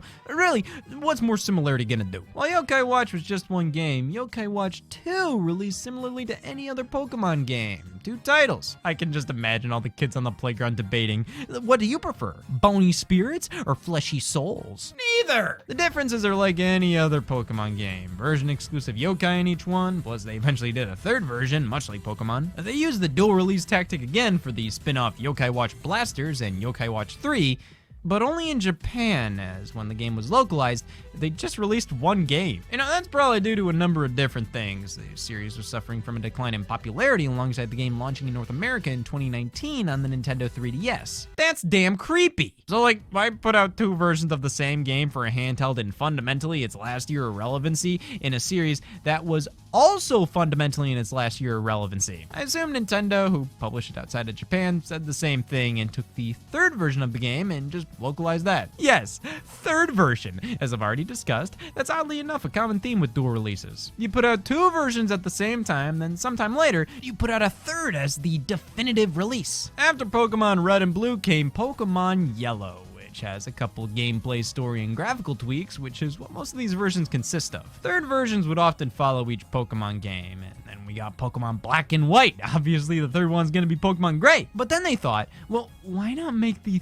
third version's dual releases themselves? Bam! Pokemon Black 2 and White 2. To be fair, these are full-blown sequels to Black and White, not just better versions of them. So, sure, doing this makes sense. But hey, Pokemon X and Y released? Surely there'll be a third version titled Pokemon Z. I mean, no, they made a follow-up to the anime based on Pokemon X and Y titled Pokemon XYZ. Surely this is gonna happen. Don't give your hopes up. Instead, we just got a flat-out new set of Pokemon games 3 years later. Pokemon Sun and Moon. Now, those included special moves you could perform called Z moves. Okay, well, now you're just teasing me. After Sun and Moon, rumors spread about a third version titled Pokemon Stars on the Nintendo Switch. Instead, we got Ultra Sun and Ultra Moon on the 3DS 1 year after Sun and Moon, enhanced with some alterations from the originals, just like most third versions of Pokemon before. It's just now they found a way to turn that third version into a dual release in of itself. I mean, they remade Pokemon Yellow for Nintendo Switch and turned it into Pokemon Let's Go Pikachu and Let's Go Eevee. They turned the third version of a dual release that was meant to be just one game into 2 games. Who knows what else they're capable of? Dual releases are interesting when you analyze them, especially when you realize they mainly only ever worked for Pokemon. Because there's a slew of other games that attempted the same damn thing and they all flopped because what did they do? Exist. Austin Powers, Oh Behave, or Austin Powers, Welcome to My Underground Lair. Oh man, should I breathe or hydrate? These games are fundamentally simulations of each Austin Powers character's computers with a few minigames available within. For the time, some of this can be a bit novel, like how there are video clips from the movies and how a very limited parody of Windows is in your pocket at all times. After you make room. But when it comes down to the gameplay, it's just minigames that are only slightly different across both titles. Like, have you ever dreamed of what the extreme differences would be like between Austin Powers and Dr. Evil playing rock, paper, scissors? I am so sorry. What, Othello? Pac-Man? The only game that's different across both titles is the final one. In Oh Behave, you get a platformer, and in Underground Lair, you get a reskin of another Game Boy Color game by the same developer, Evil Knievel. Looking on the back of the boxes, 4 of them? They were planning 4 of these games? Who else would they have based them on? This fucking guy? Everything about this feels forced. No. I feel like they only had 3 months to make an Austin Powers game, and they wanted to do a multi-game release at the height of Pokemon's success because as much as I like Machop, I always wished he was Dr. Evil instead. Doing a dual release not only shows the intention by the publisher to just ride the coattails of another game series success without riding the right coattails, but doing a minigame collection like this shows they wanted to make money and fast. You can't tell me this wasn't done because it wasn't the easiest way to get a game out. Case in point, Crash Purple and Spyro Orange for the Game Boy Advance. A crossover between Crash Bandicoot and Spyro, where this is a Crash game with Spyro's main antagonist as the enemy, and this is a Spyro game with Crash's main antagonist as the enemy? And Fungus? Honestly, that's a really cool idea and a great concept and reason behind making this a dual release. So why does this still elicit fear? This is a minigame collection disguised as a platformer. You run and jump around these levels where your goal is to find portals to play the minigames. That's all this damn thing is, just a bunch of random minigames stitched together through basic-ass 2D platforming hub worlds because, guess what? That's easier and quicker to produce than actual platforming levels. So instead of making a legitimately gripping and awesome crossover between 2 legendary franchises that have always been close to each other ever since their debut on the PlayStation, we got games created just to have appealing box art for toddlers. Oh mom, I picked Spyro Orange. Why? Because why did you pick Dad? Bomberman delved into this release strategy with the Bomberman Max games. One you play as Bomberman, the other you play as Max. Who the hell would pick that one? Want to play a Bomberman game? Yeah, on one condition. I don't want to play Bomberman. But the character that dove headfirst into this shtick was Mega Man with the Battle Network series. I mean, the first 2 games here, no problem, standard as titles. Then starting with Battle Network 3, wow, it's almost like there's 8 games. Close. 9. Like, my lord, this was a lot. Even without the dual releases. 6 games on 1 console? Yeah, but still. Then Battle Network was followed by the Star Force series, and that consisted of 3 games spread across 7 in total. Now, of course, considering these all to be separate games is hyperbolizing things a bit, I do agree. Except when Capcom puts all the Battle Network games in a collection, they say all 10 Battle Network games and count the dual releases as individual games. Man, I'd love to talk about the differences between each of the Battle Networks here, but after researching it, as somebody who's never experienced this series past the first entry, this is all gibberish to me so far. That's the problem. How is there not an immediate official resource on what's different in all these games most of the time? How do you expect me to pick between them? Thankfully, some games make it pretty easy. The game Nier released here in North America as just that. Nier. But in Japan, it launched as Nier Gestalt on Xbox 360 and Nier Replicant on PlayStation 3. The idea was that both consoles got basically the same game, but with different playable protagonists, with Replicant having a younger character and Gestalt having an older one. Other than that, they're basically the same game, so while I think it's a creative release, it's kind of pointless, especially considering they released on different platforms. I mean, that's still pretty cool, but most people only have one console or the other, and in Japan, most people only have one console or, dear God, anything but an Xbox 360. So the element of the dual release, being choosing which version you want, isn't as prevalent here, as most people just get whatever released on the console they own. When it came to North America, they just brought over Gestalt and released that on PS3 as well, though Replicant did finally make its way over here in the form of a remaster for PS4 and Xbox One, and they still find a way to confuse the hell out of me. Doesn't take much though. You know, the whole Nier situation reminds me of something.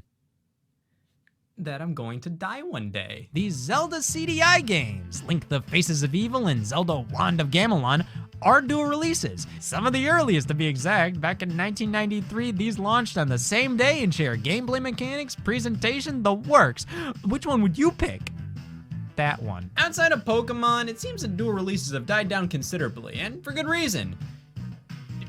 Because why? This always felt like it was done for marketing and monetary purposes rather than to enhance the gameplay, because in the end, I feel like most of these launch strategies ended up blowing up in these companies' faces. But hey, we're starting to stray further and further from the traditional Pokemon format, because there are so many more forms these games can take.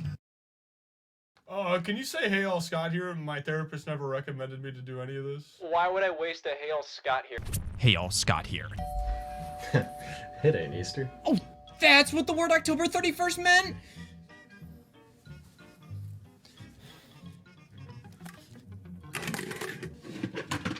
Wow. Some bitch you turned out to be. Really? Yeah, the house down the street was only giving out lectures. But you're different, giving out king-size candy bars and all? Oh, you're just trick-or-treating? I thought this was a robbery on Halloween. Nah, if this was a robbery, you'd be pointing a gun at me. Hey y'all, Scott here. Hey y'all, Scott here. Hey y'all, Scott here. Hey y'all, Scott here. Hey y'all, Scott here. Hey y'all, Scott here. Hey y'all, Scott here. Hey y'all, Scott here.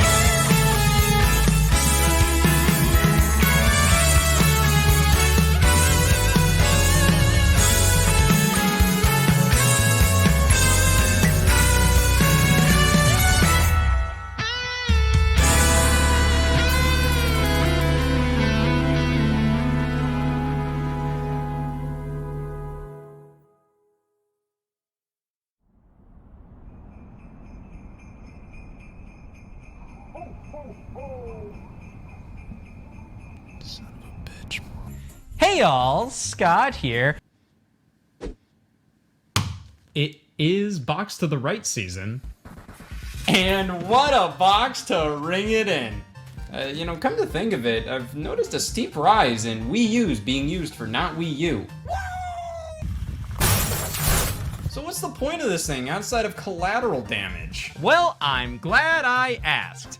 The Wii U has been a part of my life for as long as I can remember, especially when I don't consider the first 15 years of my life canon. So what better way to make up for it than by spending the next 15 years of my life explaining it?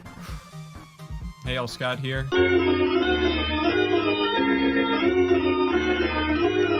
And that's a good place to end. I mean, I could keep going and going to when I got my Nintendo 3DS, my Xbox 360, the rotten PlayStation 2 I found at a garage sale, the gun stringer for Kinect. But those all occurred in what I'd consider to be my teenage years, when I had more power and choice as to what games I played.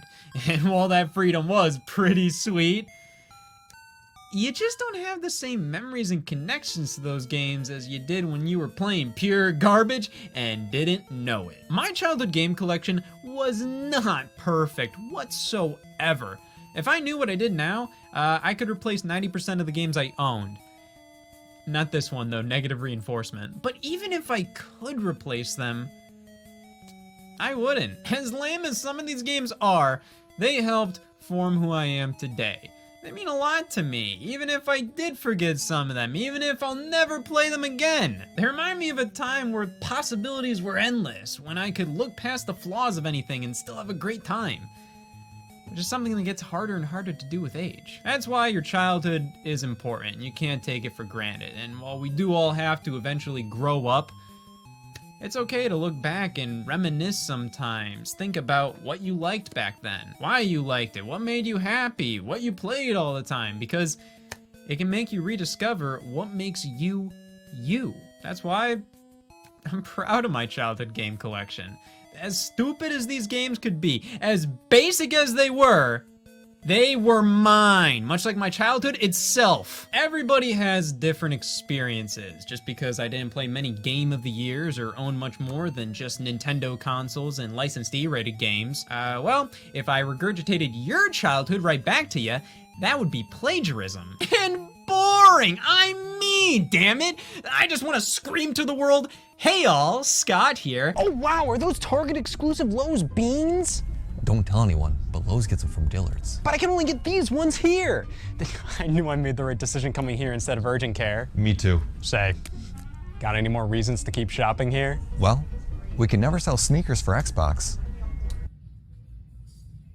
I shop at Kohl's now. Are you looking for a reason to shop at Walmart? Well, maybe this'll help.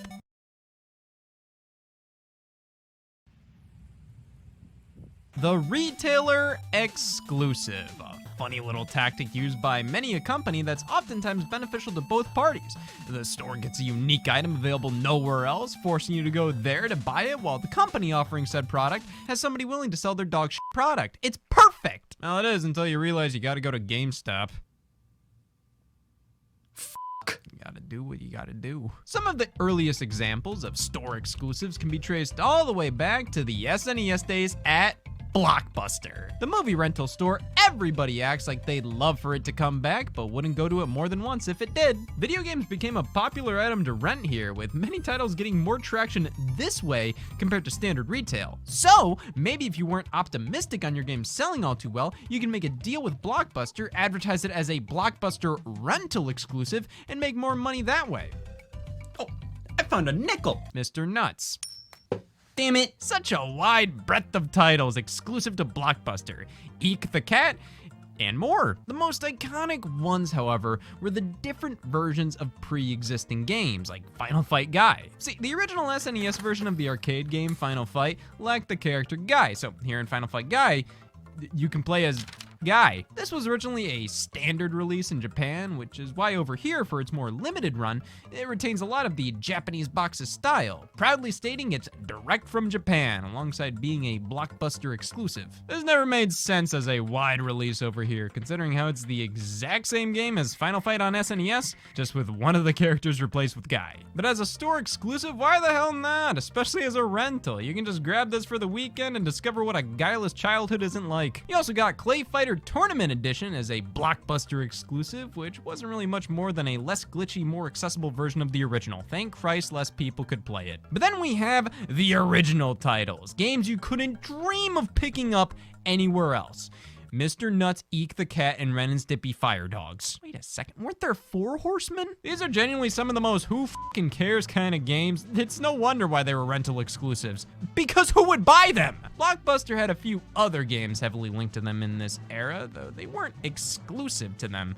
Titles like the Star Fox Super Weekend and Donkey Kong Country competition cartridges are oftentimes considered Blockbuster exclusives, though while they were used during competitive events at Blockbuster, they were actually offered later through Nintendo Power Magazine, so these aren't Blockbuster exclusives. This is. Bitch. My god, they went crazy in the PS1 and N64 era. Stunt Racer 64, Transformers Beast Wars Transmetals, NFL Blitz Special Edition, International Track and Field 2000. Hell, Daikatana was initially exclusive for a few months. Indiana Jones and the Infernal Machine was basically exclusive outside of being offered on LucasArts online store in the year 2000, so it may as well have been. It's like if you went to Blockbuster, you were playing games you couldn't play anywhere else.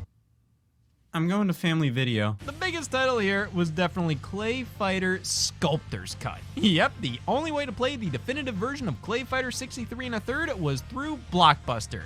Want to play as Lockjaw Pooch? More than anything! Well, clear your weekend because they gotcha! And nowadays, due to this game's excruciatingly limited retail presence,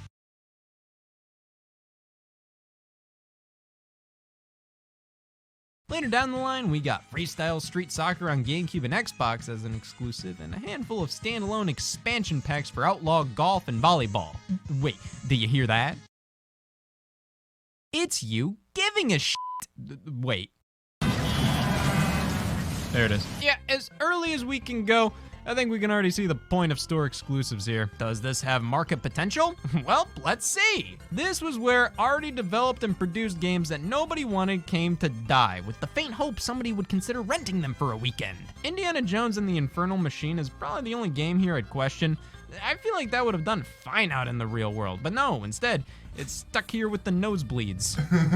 Meet the cat. Now, thankfully, not all retailer exclusives were as dire as these, but they're just as dumb. Ratatouille on the original Xbox, exclusive to GameStop. The gamers won. Listen, this one sounds weird initially, but then you get a reality check, alright? So, this game released in June of 2007. The Xbox 360 launched in 2005. The original Xbox was discontinued in 2005 and always targeted a more mature and hardcore audience. This game was coming to every goddamn platform ever made already, but nobody was buying original Xbox games anymore, and nobody is also not interested in movie tie-in kids games. So, this version of the game probably had the least going for it at the time. Now, canceling it wouldn't have been a huge deal. The number of kids who only had this console in 2007 dying to live a day in Ratatouille's shoes, I mean, they must be out there. So just releasing it at GameStop? Sure. I feel like GameStop is the store you make super niche core experiences exclusive to, whereas Ratatouille would fit better at like a TJ Maxx. But could you really sleep at night if the Xbox port of a game with 10 other versions didn't release? Well, good, but keep in mind, I'm deranged. So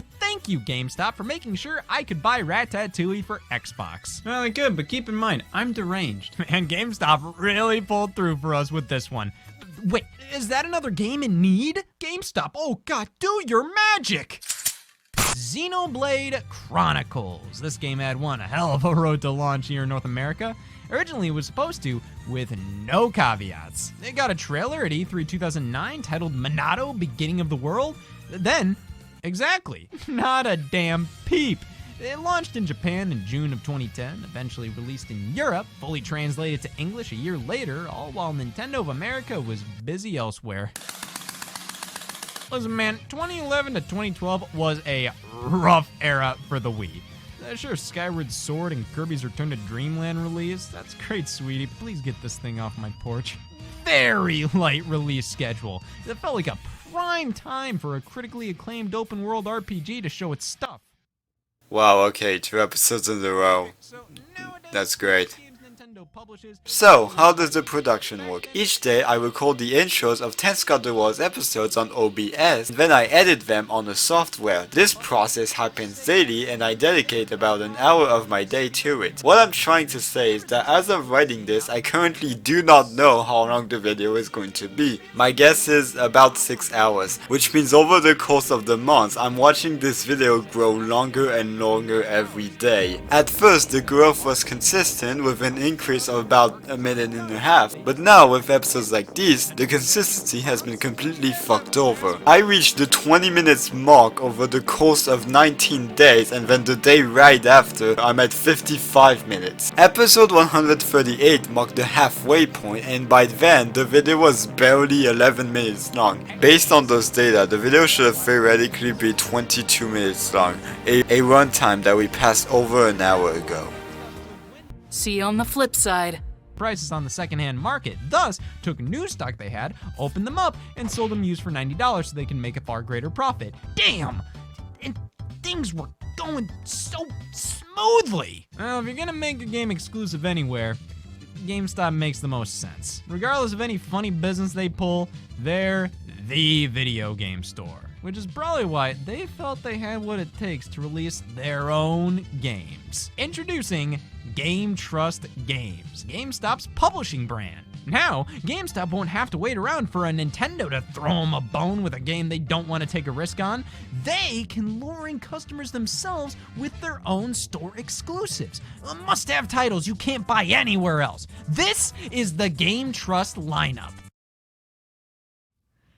I'll take the spider. Yeah, none of these really spoke to me, though. To be fair, there are some big names behind these titles. The Game Trust's first game, Song of the Deep, was developed by Insomniac. Then Tequila Works did The Invisible Hours, Ready at Dawn did Deformers, Frozen Byte did Has Been Heroes. These were well-known, beloved developers responsible for GameStop-published fuck-ups. Yeah, none of these were particularly great. They're all pretty nothing games, and in the case of Deformers, I mean that literally. The only reason anybody cared about Has Been Heroes was because it was one of the very few physical Nintendo Switch games available in its launch month. The only reason anybody cared about Song of the Deep was because it was developed by Insomniac, and the only reason anybody cared about The Invisible Hours was because they felt bad nobody else did. Doesn't really seem like these made GameStop a force to be reckoned with in the publishing sphere, as this was basically all they did. Just makes sense to stick to what you know. Nothing. Just take exclusives when they offer themselves to you, like Ultimate Marvel vs. Capcom 3 on PS4 and Xbox One. That was GameStop exclusive. For some reason. This launched when the new game Marvel vs. Capcom Infinite was announced, so maybe they limited this to focus on that title instead? Well, why even release this in the first place? Around the same time, Secret of Mana on PlayStation 4 was made available only at GameStop. Thank God, I'm safe here. What a dumbass this was. So they remade a few classic Final Fantasy games in 3D on the Nintendo DS, and this felt like they were trying to do that with Secret of Mana, not on the Nintendo DS 10 years later. This would have been far more accepted back then, but on the PS4, this just looks and feels so damn cheap. That's not to say it's a bad remake, rather, it's just kinda there. You know what that means, right? Oh! It's a bad remake. Tenchu Darkseeker was exclusive to GameStop, naturally. Okay, well, these were both more so specialty stores. What about retailers that aren't really focused on video games? What games were exclusive to those? Hey, what do you got that GameStop doesn't? You. What does it take to be a Target exclusive video game?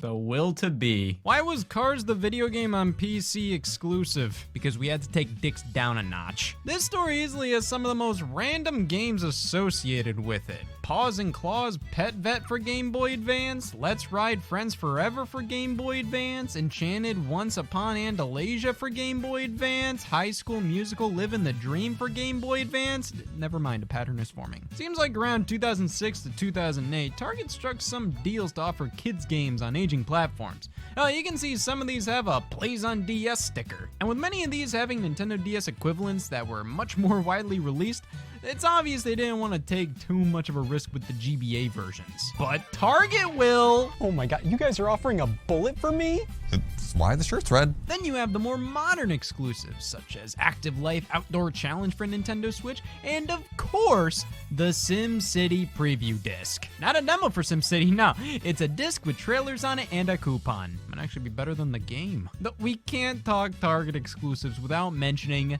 this. The Target exclusive Game Boy Advance Special Edition system. What's special about it? We match. Yep, it just has the Target logo plastered on the front. That's it. Though there was a red version, which is definitely more specialized specifically to Target. These are about as retailer exclusive as you can get. I only say that because I'm terrified what further looks like. Why would you want the name of the store you bought your system from permanently scarred on it? And it's not even a specialized shop like the Nintendo store or something. I buy bread from here. But I'd be lying if I said I didn't find this stupidly charming and novel. I mean, the Target Game Boy Advance. AutoZone Cheese Nips. Special edition systems seem pretty well suited for this practice. Instead of developing a whole ass game just to sell it at Menards, you can just smack a paint job on a console and boom! My loyalty has been rewarded. Sticking with the Game Boy Advance, the SpongeBob SquarePants and Pikachu Game Boy Advance SPs were exclusive to Toys R Us. Two pretty damn popular characters to make exclusive systems for just one retailer. I gotta say, I'm impressed. I assume other stores got pretty cool exclusives as well, so let's make that assumption a reality. Walmart got the Lagoon Edition, the most popular store in existence. What do they get?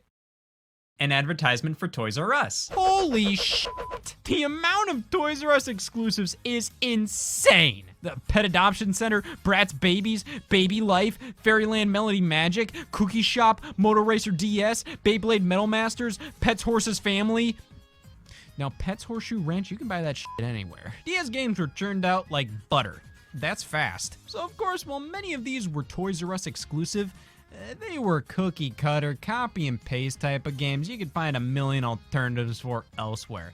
Making them exclusive made them actually noteworthy in some way. But here's one that don't need that exclusivity to stand out. Soul Bubbles, a legitimately solid puzzle game that takes great advantage of the DS's capabilities. It's a shame because it feels like nobody played or has even heard of this game. I think a GameStop exclusivity would have worked out a lot better because I don't think the people who would actually appreciate this game were buying their games at Toys R Us. For example, this is Sneakers, Xbox exclusive extraordinaire. You know, Microsoft chose this to be one of the launch titles for the system in Japan instead of Halo. Well, why wasn't Halo a Toys R Us exclusive then? Sneakers is one of those press X to check this rat games. 30 minutes, 30 rats, go! This was created to be a technical showcase for the original Xbox, touting mice fur as a key feature. And what did it all boil down to? A 28 on Metacritic and one less reason to go to Toys R Us. They definitely had it better when it came to exclusive systems. The Pikachu Nintendo 64, the gold Nintendo 64, the black Game Boy Advance? Really? Out of all colors to make retailer exclusive. Oh, no poos. I just wish any of these designs scream Toys R Us. I mean, this is a toy store for crying out loud. Give me a Game Boy that looks like I bought it from one. Thank you! For having such a hefty trough of exclusive products at their store, the Toys R Us sure didn't care what they were. Honestly, I feel like Walmart one-upped them with one game alone. Chibi Robo Park Patrol for the Nintendo DS. Now, I'm not saying this is the only Walmart exclusive game, but there sure aren't as many out there as the other stores. And while Toys R Us had sneakers, Walmart had a video game. I don't blame Nintendo for partnering with Walmart to make this an exclusive, but I do heavily question why they kept making Chibi Robo games if they never believed in them achieving success. Chibi Robo was a super late GameCube release. Then out of nowhere, a sequel in the DS was announced when there was barely any benefits to doing so outside of giving the series another shot on a more popular platform. And now there were none. Most of the video game exclusivity you'd find at Walmart and countless other stores are the retailer bonuses. And these aren't games that are exclusive in of themselves, rather you get a little something extra for choosing Kmart, because nobody else did. Sure as a lot of the box art you're obscuring just to tell me I get character decals. And character decals in French. Has this stuff ever persuaded anybody to buy from a different store? If anything, it makes me want to stay away. I don't want my copy of Country Dance 2 to remind me where I bought it. That's the thing. Almost every instance of this practice involves this being printed on the cover art. Why isn't it just a sticker or something? Feels like it's some cheap marketing tactic. Now, every time you pull the game off your shelf... Oh yeah, I almost forgot. Walmart. However, with the constant rise of online shopping, store exclusivity is becoming a whole lot more popular in completely new ways. Online retailers like Amazon are pretty solid choices for exclusives, considering more niche experiences that were probably going to be mostly bought online anyways. Stuff like Gravity Rush Remastered and the Sega Genesis Mini 2. But then we have digital marketplaces with the Epic Game Store. To the PC!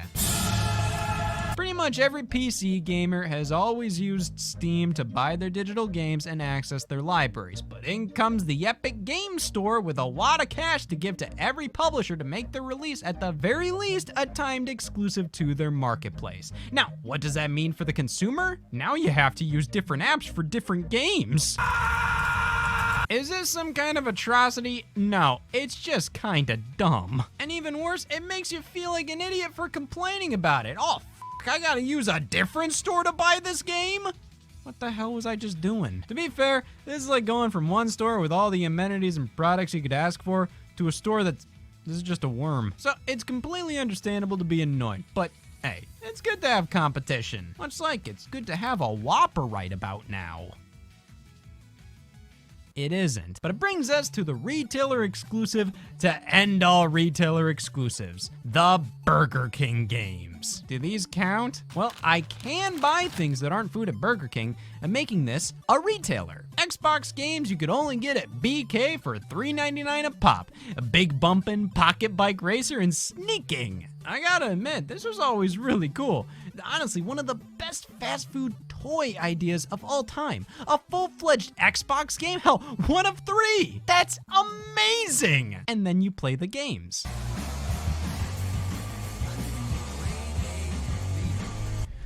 Listen, man, I know you want me to come to this store every day and go, hey, all, Scott here. Hey y'all, Scott there. Competition's in the air tonight. Cats and dogs are beating the shit out of each other. Air hates fish. And Scott's fighting the urge to lose, which shouldn't be a problem with that fancy professional video game controller he brought to the chili cook-off. Promised the kid in the hospital I'd win. This is a controller. I mean, a joke. A joke! Gaming gets taken more seriously each and every year, which means it's now more socially acceptable to not be. Hence the rise of professional gaming. You take gaming so seriously, it's not just a hobby, it's a shirt. And you need the best tools at your disposal to perform. Only one of those words fit. If you really care about playing games optimally, surely you can't be using the regular controller that comes with the console. I mean, look at this. Doesn't work. What you need is something made for people who give a damn. Crafted out of the finest materials, featuring options casual players couldn't fathom needing, yet professionals couldn't live without. What you need is a second job. Pro controllers. Game controllers marketed as tools. Have you ever felt you weren't getting anywhere with the standard controller? What? Put my fault on a police lineup. I ain't picking it. It was that damn controller, I tell ya. It didn't have any of the necessities for optimal gameplay. And now that I have them,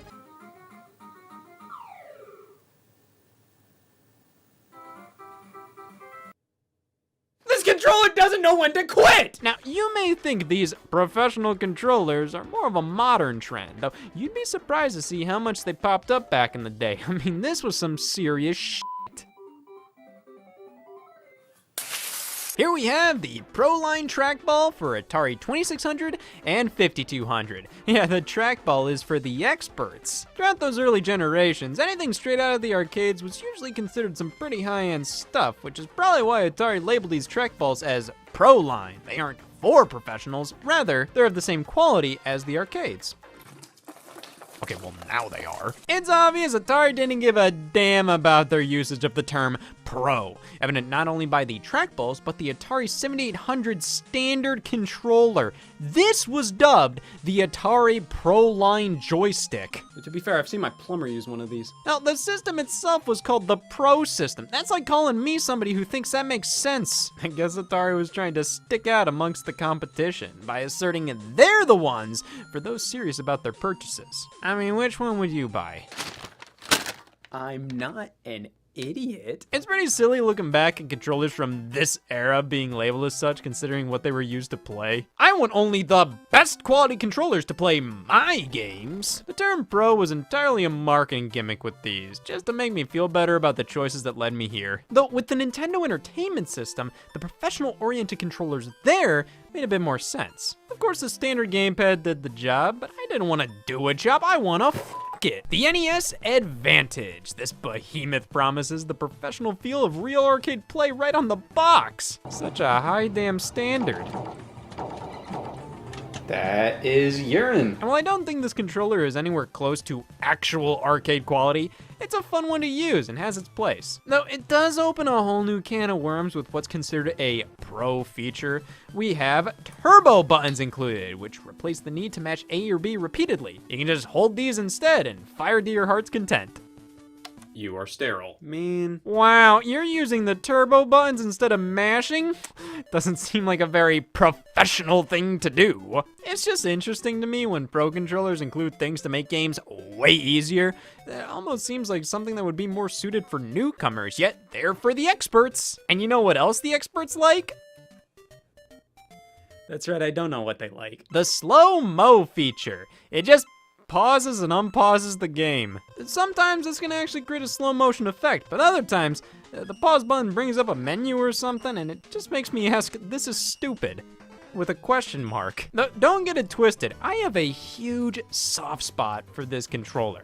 I mean, how could you not? This is one striking design that just commands everybody's attention when it gets whipped out. The size and weight alongside the feel of the buttons gives this controller such a frankly professional quality. I wouldn't call it essential, rather just kind of fun and novel to use from time to time. Well, that's not professional. That's fun! That's why we're going elsewhere for our expert gamepad on NES. And I think that's gonna be the Archer competition controller. What competition is this best suited for? Who's blue? With this controller, you should get that checked out. A pop-on joystick for the D-pad. Yeah, sure, that's useful. I used it. To be fair, this can come in handy to deter Nintendo thumb, as it was called. If this D-pad was a bit sharp during intense game sessions, you're more likely to press down on it harder, even though that doesn't affect anything other than my future. The joystick topper makes it a bit less painful to hold any direction for an extended period of time, but I doubt that's how most people used it back then. I think when many see a joystick, the worst of humanity is brought out. But man, this controller is on a stink kick lately. It'll work sometimes, but the buttons are so mushy, it might as well not. Then other times, yeah, might as well not. It's not all a waste though. I think the controller's ergonomics are actually a bit better than the standard NES gamepad. The things are more stretched out. We got room to breathe, especially considering the extended cord length, because us professionals, we have living rooms. You got some switches to enable different levels of turbo on either button, which is good because you ever have that game where you want to have a little bit of turbo on the B button but all the turbo on the A? Mom, it happened again! Well, this was a consistent feature on these things. And just check out the SNES Super Advantage. Holy moly, there's like more than 11, all in a design meant to mimic the actual Super Nintendo console. But not just the North American version, the European one as well. We have the purple switches, but the colored buttons. Plus these middle ones here remind me of the power, reset, and eject portion of Europe system. It's a fun style and really hits home how big the controller is when you can basically replicate the whole damn system on it. But part of me feels like all these additions were done to fill up all that space. Is this really necessary? Duh, you stupid question. I forgot the B dial saved my parents' marriage. So we can select turbo or auto for any button, which fires automatically for you while also individually adjusting the speed, which you can also do with the slow motion feature now. With this controller, I can finally play Super Mario World professionally. I'm looking to go full time. While this is the successor to the NES Advantage, it wasn't made directly by Nintendo. Instead, ASCIIWare created this and then got the blessing of Nintendo's license. They've done loads of other controllers, and many of which retain multiple turbo switches, which, thanks, but I gotta ask, how many people actually took advantage of this? Nah. You may just get more use out of the Pro features on the Atari Jaguar Pro controller. Oh my god. Have you ever played an Atari Jaguar? Some professional. This thing right here is one of the rare controllers out there. Now, why is that? There wasn't a ton of people who owned an Atari Jaguar looking to maximize their gameplay potential? No. This was released in 1995, 2 years after the console's launch, and I'll do you one better, one before the console was discontinued. Great time to invest in enhancing my skills. The original Jaguar controller I consider to be one of the worst controllers of all time, much like how I'm considered one of the worst controller critics. Damn. This actually ain't that bad, it's just kinda dumb. The feel of it is fine. The face buttons, who cares? The numeric keypad? Ah! It's unnecessary. You have a controller with 17 buttons on it, so you release a Pro Controller with 5 more? This was something Sega did with the Genesis. When it was obvious many games were compromising to play with the standard 3-button controller, they released an updated 6-button version, so I assume Atari looked at this and went, oh, so that's our problem. The Jaguar Pro Controller has been ergonomically planned to deliver a sleek new shape with additional buttons for more precise control. A new shape? Where was the press conference? And ergonomically planned? Just say buy me. Because of its late release, most Jaguar games aren't designed around these buttons, though using this controller for them, these act as secondary ways to press some of these number keys here. So yeah, instead of taking one of the great adventures of our time to hit 9, you can press X instead. A handful of titles do support the thing in more dedicated ways. It's easy to say, this is the definitive Jaguar controller. That was the best shit I ever took! Throughout all this, most competition or professional controllers basically got their namesake for turbo functionality and or including something akin to arcades. But if this is the kind of stuff allowed in a competitive environment, man, just use poison. Turbo buttons sort of died out after the SNES and Genesis era, at least when it came to being a huge selling point for specialty controllers.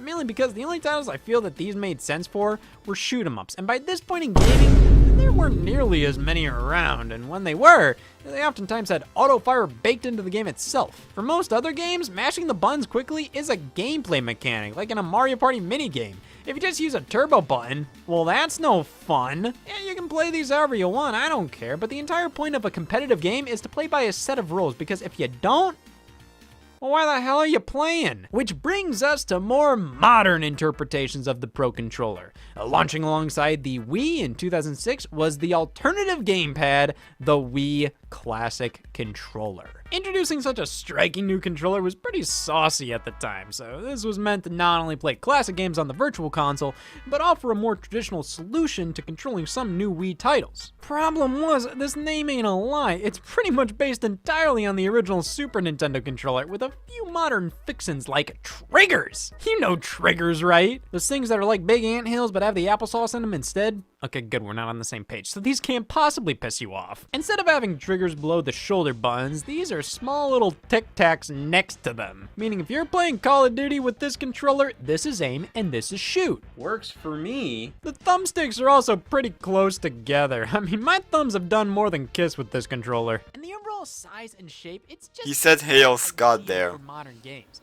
And not Hail Scott There's here. a reason standard controllers look like this now. So that doesn't count. Standard for most is Because of one letter, we're adding an extra 30 minutes to this video. Basically, a PlayStation 2 controller. Hey, wanna know something funny? Like I've said before, I record all of these on OBS, which means when the video is being played, I am not allowed to move the cursor, which means I cannot see how far I am into the video. Also, for long episodes like these, I just leave my room and do other things because I have to wait for the video to be fully played.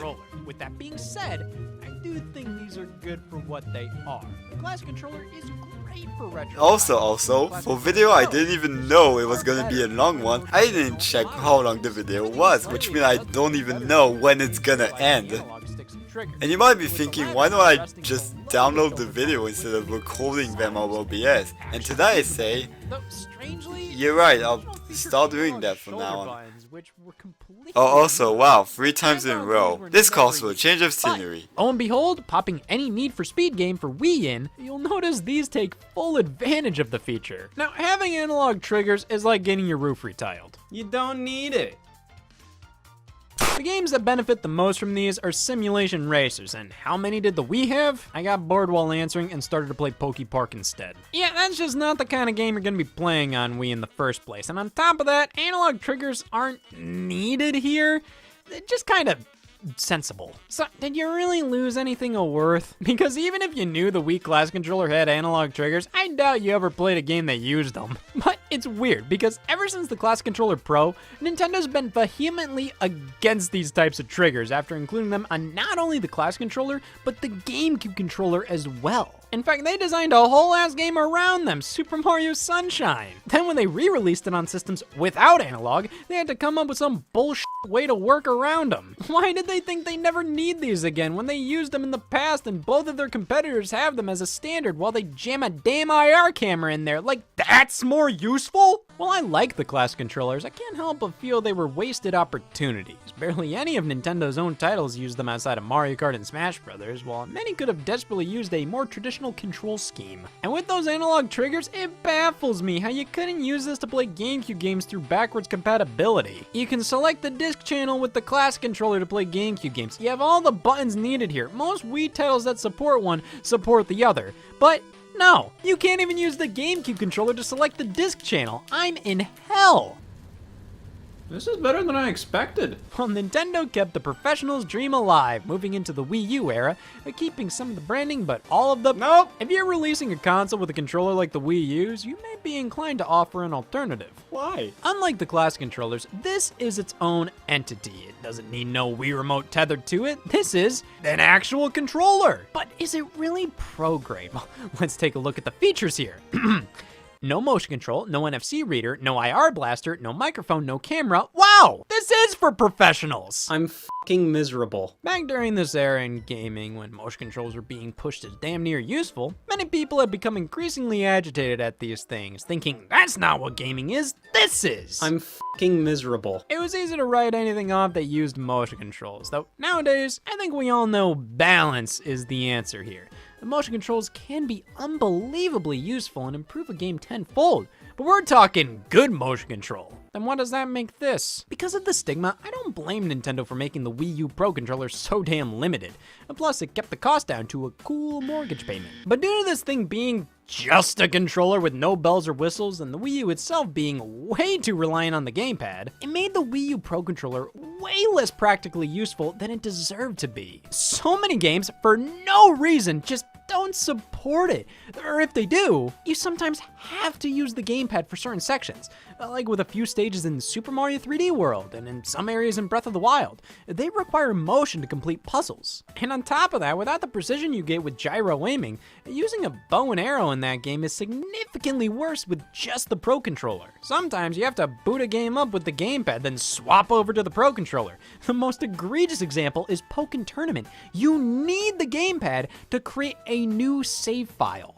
That's it. This kind of support I could tolerate with the class controllers because those were never advertised as anything more than kind of a novelty. The Wii U Pro controller, I think everybody who bought this was expecting to actually use it, but then we were all met with a knock at the door. I'm pissed! Well, most Wii U games you'd want to play are compatible with this. Its implementation with the system and games as a whole leaves a lot to be desired. And that's not even considering what my thumbs gotta do. Ah! Both thumbsticks at the top? Now, this is replicating where these things are on the Wii U gamepad. One problem, the silhouettes are as follows. Xbox 360 controller, slab. A design like this makes a hell of a lot more sense to have the thumbsticks where they are because it's so damn big. Makes it real easy to hop between stick and butt. Here, I mean, just because you can have this button placement doesn't mean you should. Just feels wrong to have the buttons down here, but thankfully, due to the battery life, it can feel wrong for roughly 80 hours. So that's what makes this a Pro controller, having an open 80 hours. Well, hot damn, that's pretty professional.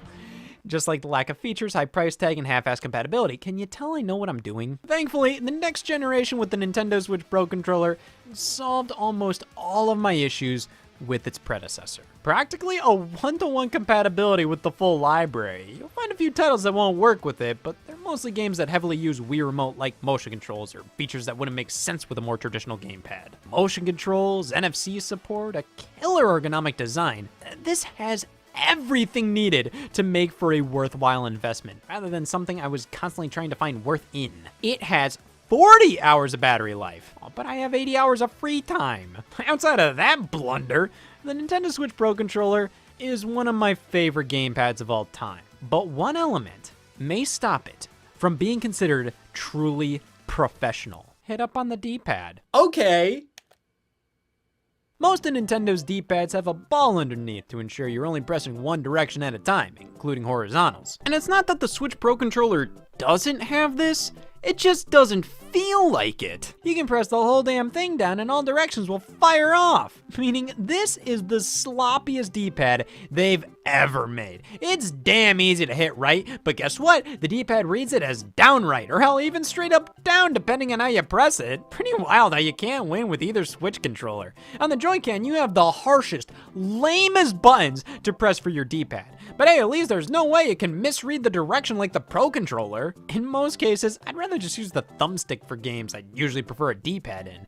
This is really unfortunate. It's nowhere near a deal breaker, but definitely something that holds this thing back from perfection. That, and it doesn't last 41 hours. So that's what's been stinking up the place. It all comes down to the most professional controllers available for the most professional consoles, PlayStation and Xbox. These are already often considered the hardcore system, so naturally we have some controllers catered towards those who need that extra layer of overcompensation. Oh man, get away from my penis now, fellas. At E3 2015, Microsoft introduced the Xbox Elite controller for Xbox One, considering it to be an elite controller for elite gamers.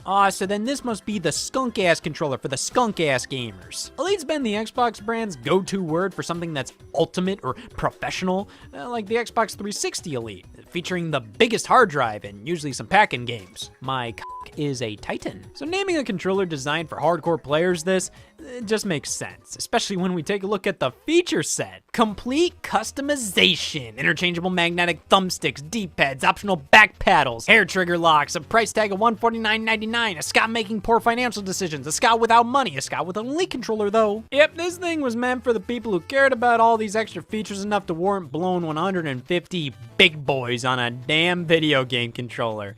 Outside of the more premium build quality, I don't see regular players getting anything out of this for the price. But if you're somebody who knows why you need back paddles, this is for you. Why do I need back paddles? Alright, so you may be playing a game where you want your thumbs on the sticks at all times, and reaching over to that pesky D-pad, well, a lot can happen during that movement.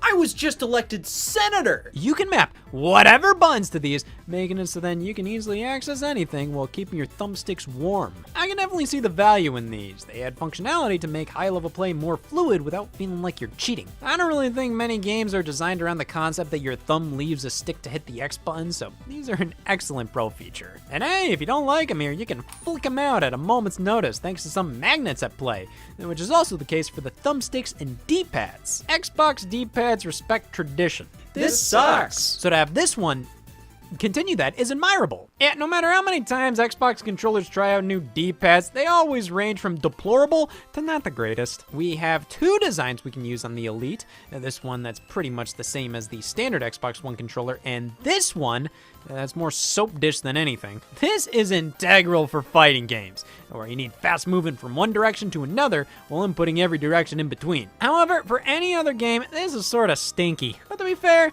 that's why it's an option, much like the thumbsticks. Oh man, I can pretend to have all kinds of preferences with these. With a setup like this, I can finally wear this shirt. The switch to lock how deep the triggers push in is a nice addition. The controller comes in a fantastic case. Everything feels rock solid, incredibly substantial with a great weight to it all.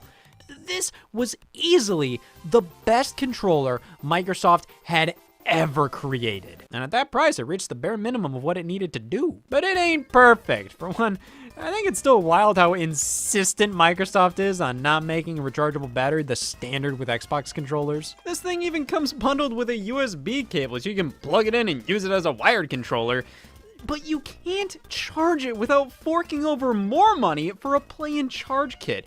How are you charging me this much and a rechargeable battery isn't a part of that? And honestly, as cool as the interchangeable magnetic thumbsticks are, they don't feel good during gameplay for me. They feel weightier due to the more premium materials and possibly the magnets as well. I don't know. But either way, I feel less in control with these, strangely enough. The added weight makes using the standard controller's thumbsticks a bit snappier. And now I know what you must be saying. Asuka, your thumb's a bitch. Which is why I chalk this up to a me issue. The Elite controller is as premium as you can get. Most of the features that make it premium, I'm never gonna use or actively prefer how they are on the original. But this is an excellent product. $100 more excellent? I mean, that's up to you, man. But me personally, I don't think this really offers anything for 95% of consumers out there. For the 5%, this is a must buy, but I feel that most of the people who bought this never use any of what makes it so expensive. They just wanted the Elite controller because, oh, only the best for my video game, Well, Microsoft struck again 4 years later at E3 2019, revealing the Elite controller Series 2, and one of my biggest problems was fixed. You know, I thought the price tag of $150 just didn't add up. So Microsoft added more! For $180, we get a more refined controller with some complaints addressed, such as the lack of a rechargeable battery. Well, that's here now, whether you like it or not. I think it would have been cool if AA's were still an option.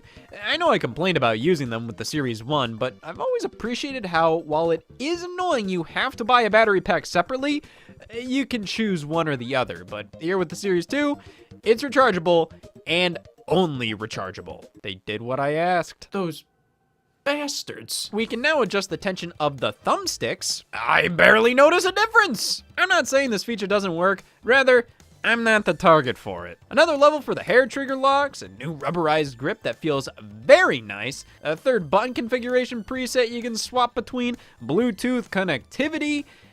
This is better than Series 1 in nearly every way. Nearly! Microsoft later offered the Elite Series 2 Core, which is basically just the bare essentials with extras like the case, back pedals, different thumbsticks, and D-pads being available separately. It's still $130. $20 cheaper than the original Elite, where you got everything. You know, cost-wise, I totally get it, and I'm not saying this isn't worthy of being that high of a price. The Xbox Elite controllers are some of the most finely crafted accessories in all of gaming. It's just, for over 2 to 3 times the price of a perfectly functional standard controller, for me personally, I'm not sure what they could include here to really win me over. Every Xbox game is designed to work with this controller, a controller that's already pretty expensive at $60, so it's not like this is at a low quality or anything. So when we move over to the Elite controllers, the features are nice and cool or whatever, but most Xbox games I'm playing nowadays are pretty well designed when it comes to an optimal button layout with this thing. And even if they aren't, I don't really care. If I gotta create a custom button configuration to fix a game, more often than not, it's a game that's not worth playing in the first place. I don't play too many competitive multiplayer games on Xbox, and when I do, most of the time, I'm perfectly content with the default button layout. I've never needed the triggers to work any way other than how they've always worked. I've never desired for my thumbsticks to be taller than me. After messing around with these, it's become very apparent that while I appreciate and respect the hell out of these products for their level of customization and tremendous build quality, I get nothing out of this. Well, outside of owning very expensive controllers. Holy I'm awesome. Maybe a cheaper one would do the trick. Here we have the eSwap S Pro controller by Thrustmaster. They're really good at it. Thrustmaster mostly specializes in racing wheels, flight sticks, but traditional gamepads don't seem to be their immediate forte. Fully licensed by Xbox, but that doesn't mean a damn thing. Let's see, hair trigger locks for the triggers, USB-C, interchangeable thumbsticks. This just seems like a third-party Elite controller. But fair enough, you know, if you don't want to blow $130 on the official one, you can do it on this one instead. What the hell is the point of this when it's the same price as the first-party alternative? Maybe because it's actually better than the first-party alternative. That's right, I'm wrong. I really dug this controller. Now, I'm not sure if it's going to be a go-to for me, but at the very least, I preferred it to the Elite because, well, it's different. It has a different design, different feeling buttons. The Elite is sort of the exact same as a normal Xbox controller, just using more premium materials. With the eSwap, I have more of a reason to use this over something else. The buttons and D-pad are designed to be lightning fast to press down on, using micro switches, which makes them far clickier, yet all the more satisfying. I feel way more in control with this. Plus, I get most of the pro features of the Elite, but with a Thrustmaster twist. We pop the entire thumbstick out here, which allows for more customization possibilities outside of Vertigo. Because these don't really change the functionality of the stick. Here, I mean, we can put a damn racing wheel module in. If one of the sticks is having issues, we can swap them out. And popping this in feels way more solid than the magnetic sticks on the Elite. I think this is a fantastic controller. The Elite may feel more premium, but this feels more practical and functional. I'm gonna go tell the world! that I'm pissed! Not wireless for $130. Hey, why not? Call me ugly while you're at it too. And looking at online reviews, it seems that many people have had the thumbsticks die on them just a few weeks in. Take notice, anything with less than a 4.5 on Amazon? Run. So this controller does have its problems, but the bit of time I've spent with it does affirm to me why the Elite controller didn't necessarily win me over, and I'm willing to give this the benefit of the doubt and primarily use it from this point forward. Thousands dead and no survivors. In tragic news, Scott's thumbsticks stopped working. Man. Well, after Microsoft proved the validity of these more premium controllers, leave it to Sony to do the same goddamn thing, just more expensive. Introducing the DualSense Edge for PlayStation 5. $200? Half the price of the damn console, and we have less features than the Elite. There's only 2 back buttons, and it has a significantly worse battery life than the normal DualSense, which already has lame-ass battery life. And I'm sorry, but I just can't feel a substantial difference between this and a regular DualSense, at least in comparison to the leap between Xbox controllers. The Edge feels heavier, but I don't feel that $130 increase here. Like many of these Pro controllers, it mostly comes down to the customization. We have these function buttons on the bottom, optional back pedals that we can assign things to, that we can swap out the thumbsticks. There is value to all of this, and at the end of the day, it's the DualSense. It's one of the best controllers out there. But it was already that for $70, and I'm just not seeing how this is worth nearly triple the price. The case it comes in has a feature where you can set this thing up to charge the controller when it's resting inside. Never mind, I love extra features on products.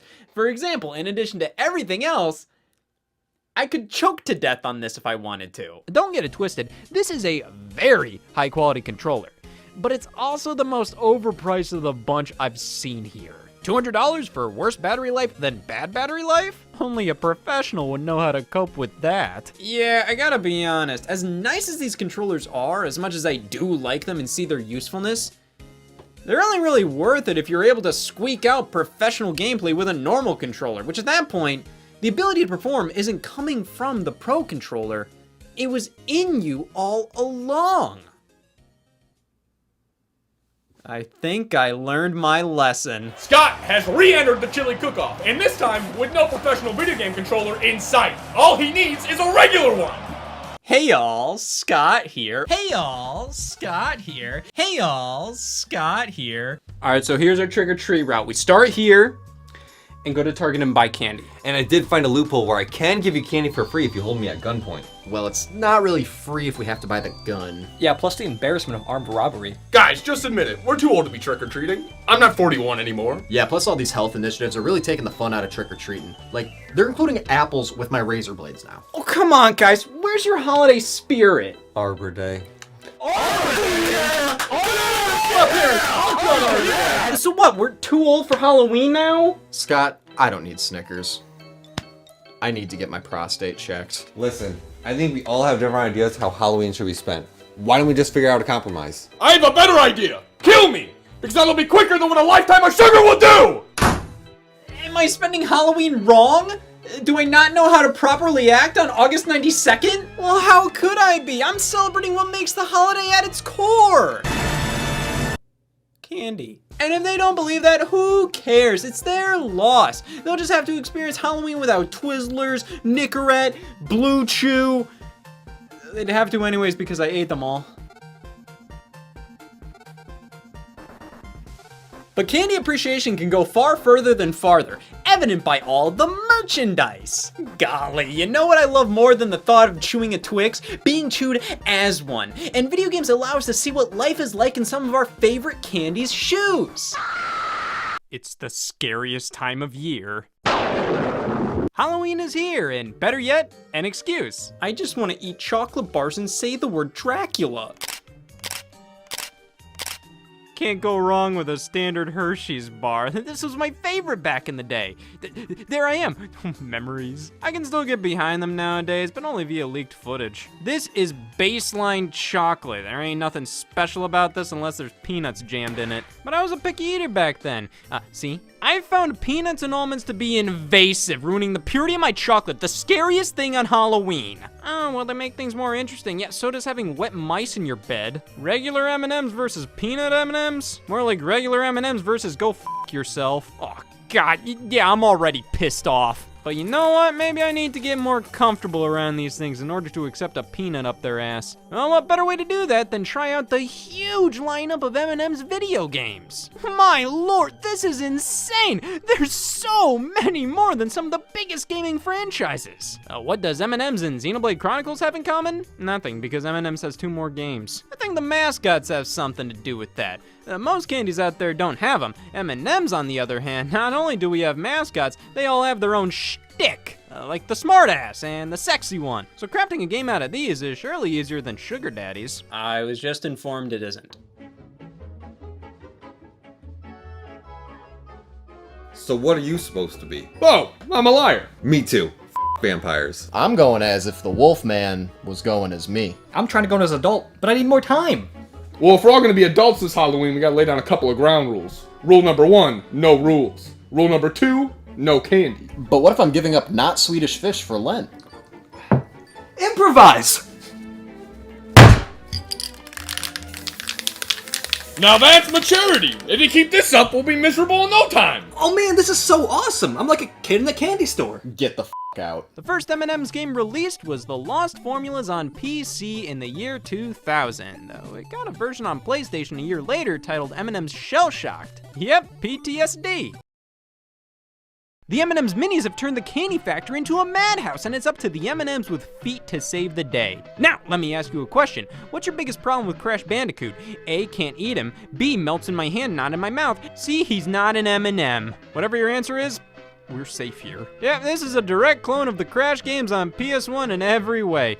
From the breakable crates to your spin attack move, it's pretty blatant. But that's not necessarily a bad thing. That is. Hey, I gotta give them credit. If you're making an M&M's game and do anything more than the bare minimum, I mean, that's a great pickup line. But what we have here is a sloppy-ass Crash knockoff and nothing more. I've seen worse, but not by much. Well, maybe M&M's Minis Madness will be slightly better than worse. This feels like a handheld adaptation / variant of Shell Shocked. They're even reusing art from it. So resourceful, can't wait for the next game. It's more original than Shell Shocked, that doesn't mean it's good. I would have taken an exact copy of Mario Golf with the yellow M&M in the corner, but no, we get a cheap-ass, poorly designed 2D platformer you wouldn't play for any other reason than going through candy games on Halloween. M&M's games can be like the least offensive thing you could buy a kid.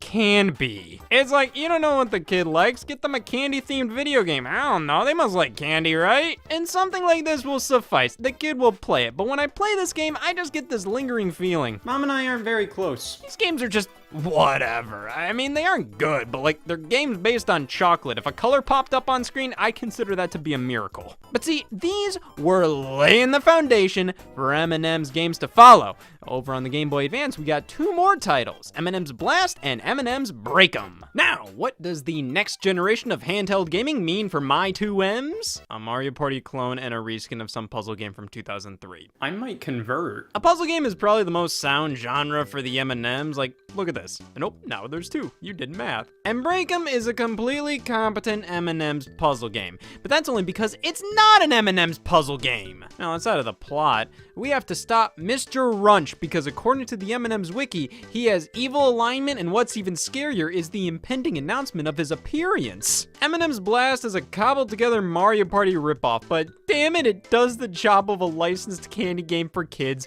perfectly. This has such heavy shut the f up kid energy to it, just something for them to do in the back seat of an hour-long car ride. Basically, it's a 10 out of 10 at being a 4. But you know what? M&M's on Game Boy Advance is like the M&M's in my pocket. Oh, God!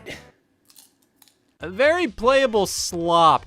I just don't get it. Why do all the M&M's games feel like they just cram the characters in at the last second? You can do so much with the concept of I'm the blue M&M. That's every kid's fantasy. My nickname is Every Kid. It's just all so generic, but hey, over on the Wii and DS, we have the largest output of M&M's games to date, which surely must mean oh my God. M&M's Adventure, M&M's Beach Party, and M&M's Kart Racing. And now, I've talked about all these games before while diving into shovelware, so I've had time to prepare my statement. What the f***? Let's start with M&M's Adventure, because I have the nicest things to say about it. It's bad. But you know what? It's a surprisingly capable 3D platformer for being such a giant piece of shit. Even though it says adventure, I've come to expect just piss-poor minigame collections from these types of Wii games. So the fact that it's an actual video game, I mean, is this reality?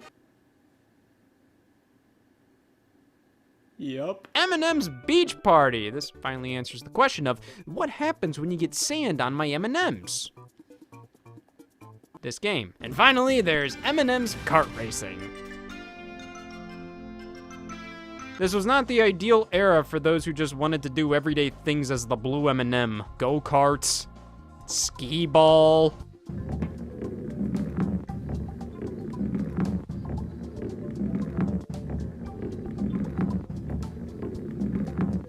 Was there a reason why M&M's games turned out the way they did? You could have made this Vlasic Beach Party and replace all the M&Ms with the stork and nothing would change. And this was it for M&M's games for years until 2021, where we got a remake of M&M's Adventures for mobile devices. I can't wait to see how they change the game.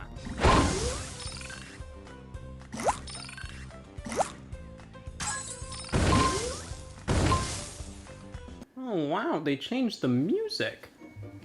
Whoa, are those M's? Yeah, and also M's. Gosh, I've always wondered, you know, what are they doing? I'm not chewing them. You got any Skittles? Throughout my entire life, I've always been a chocolate user. That's my go-to style of candy. The sour stuff, you're a masochist.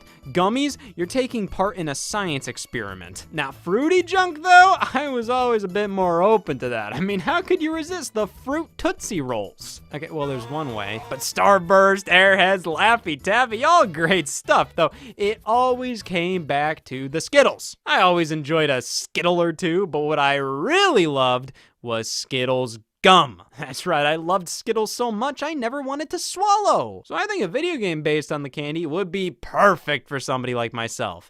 I just want to skittle around for as long as possible, engross myself in the world of misspelled M&Ms. Give me Skittles the video game. Oh! I'm sorry, I just get a little freaked out at anything that isn't Skittles the video game. Ah! What even is this? Darkened Sky? Just a generic fantasy adventure game? Okay, let's look further into this. Well, how are we gonna decorate these pumpkins? Nah, that's too whimsical. At that point, I've stopped the whole 10 episodes per day thing. To quote H-Bomber Guy. So now the brakes have come off and this video is spiraling out of my control. I've lost all hope of figuring out When I started making this video, I knew there'd be some episodes that would be played in their entirety, but this is already 4 more than I expected. Like, I'm just playing the entirety of Season 7 at this point, there's nothing more to it. By the way, how long is Season 7? The premise of this video stopped working an hour ago after episode 251. That was only 6 episodes ago, holy shit. This video didn't just die, it's dying in a very long and slow way. Am I being over dramatic? Yeah, definitely. But I have to fill these with something. Skittles or use them for more than just food. Yep. This is genuinely one of the strangest video games to ever exist, especially when looking at the development. When the company behind Skittles reviewed the project for approval, this action-adventure game that had next to nothing to do with Skittles, basically the only feedback they gave was no snakes. You can have things that look like snakes, but no snakes. Do they even get their fan base? I think the Skittles license is so weird here because it's just there, and they do nothing with it. Skittles are magic orbs in this universe. That's it, which is even stranger considering the script to this game is very referential, meta, tongue-in-cheek, and the fact they go through the whole thing just accepting that they get their power from damn Skittles, I just don't understand. Especially when there's no snakes in the game. Darkened Sky by itself is a very average action-adventure game from the early 2000s. It's not bad, but nothing to write home about, which means the Skittles save it. Without that, there'd be no reason to even discuss this game anymore, especially without any snakes. I'd like to see an Almond Joy do that. What's the matter, Rex? I'm a bitch. Oh, well, we welcome all here. Bitches, scumbags, motherfuckers. And you check off 2 of those. Come on, sit down. Skittles! Well, there's a reason it's called Skittles and Bitches. What's it? Skittles were pretty rad, man. I mean, I always felt like a bag of these almost substituted a meal when I was a kid. Yes, the 3 bags of Skittles a day diet. I don't know if this is cherry or blood, but I did really enjoy this stuff, which surprised me because chocolate was always my go-to. Maybe what if all those candies I shunned before were actually f***ing amazing? Sour Patch Kids stunned me with how amazing they were when I first tried them. You got that immediate sour followed by the delectable sweetness. It just made for such an addictive taste. You must be saying, wow, Scott, if you were such a big fan of Sour Patch Kids, surely you played World Gone Sour for Xbox Live Arcade. Who? Yes, published by Capcom, it's the Sour Patch Kids video game narrated by Creed Bratton. And no, we're not playing Two Truths and a Lie. Actually, not a horrible platformer. Pretty decent production values for being a downloadable title from 2011 as well. I'd honestly say this is the best candy-based video game ever created. But how could I say that before trying Smarty's Meltdown?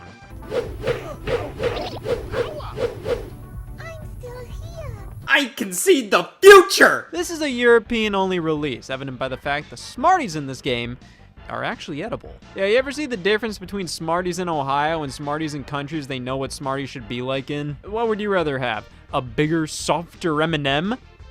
Or fucking chalk? Well, Smarty's Meltdown has us take control of not fucking chalk in a 3D platformer that I'd say is a lesser version of M&M's Adventure.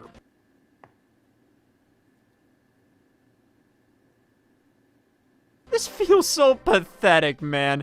I mean, even the character we control, it's a faceless circle. You wanna know why they didn't give him a face? Because he'd just be an M&M at that point. It just feels like an attempt to do what M&M's was doing, which they weren't even attempting to do anything in the first place. I mean, my God, how are there so many candy-based games but barely any at the same time? Do I count the Gummy Bears games on Wii? What about Charlie and the Chocolate Factory based on the movie? Or how about Candyland? Jelly Belly Ballistic Beans? The Tootsie Roll Family Learning Fun Pack? The Wonkazoids, candy that came with an LCD video game? The Sweet Tarts 3D game on PC? Pez Play on iOS? The Butterfinger Xbox controller? Gumball? I just don't get it. I feel like there should be more, but there should be less at the same time. And there's potential with some of these. Hell, the Sour Patch Kids game ain't half bad. But most of these are just complete wastes of the license and time. Maybe I am spending Halloween wrong. Maybe I do need to grow up. Or maybe it doesn't matter. Because honestly, regardless of if I'm doing childlike or adult things on Halloween, everything just feels right when you're doing it around your people. Even this. So instead of bobbing for apples, as adults, we'll bob for credit card debt. Nothing more childlike than some soggy fruit.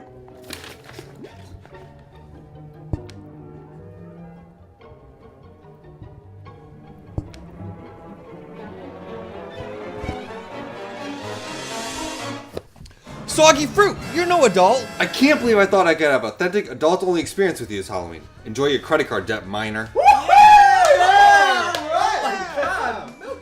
Hey, Target employee, how's adulthood? Oil changes, prostates, income fraud, mowing the lawn, slowing down in a school zone, remembering the good old days, f***ing the neighbor's wife. That's adultery.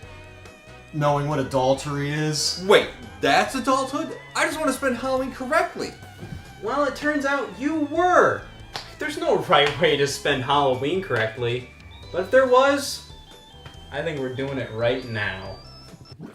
Hey y'all, Scott here. Revenue, assets, negligence, debt, profit. Team, it's been another incredible year here at Business Productions, which means half of you are fired. We're disposable for a reason, sir. Like napkins. Now that half of our workforce has been eliminated, you know what that means. It never gets easier. We can finally afford this informational video on how companies make money. Hey y'all, Scott here.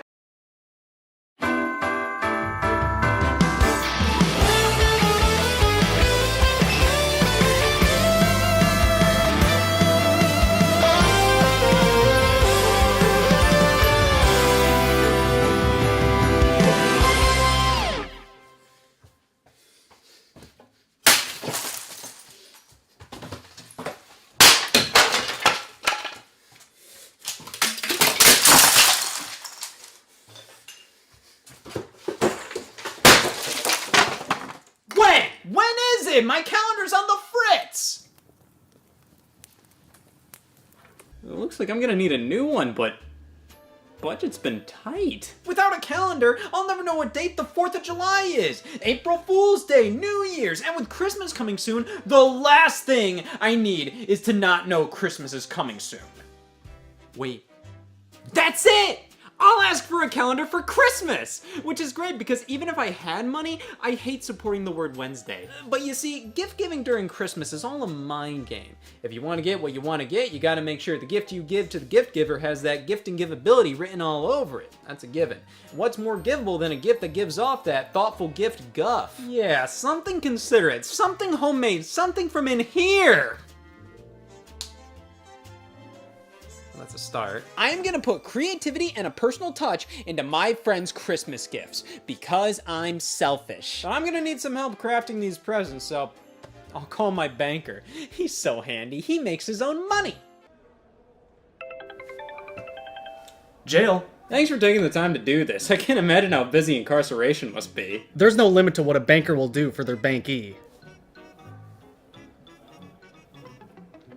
Alright. I just want to make something myself without putting time and money into making something myself. Oh my god. We did it! Homemade, cost-effective, and no energy was put into its creation. It's...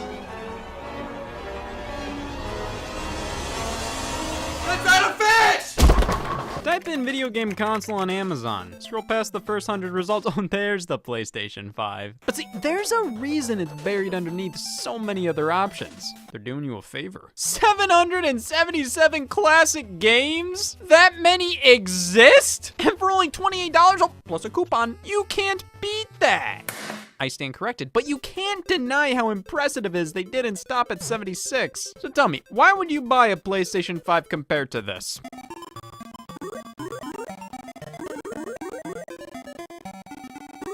You're a dumbass. Now, you may be asking, is this legal? I don't see OSHA's name anywhere. Well, you're not looking in the right places. Look harder.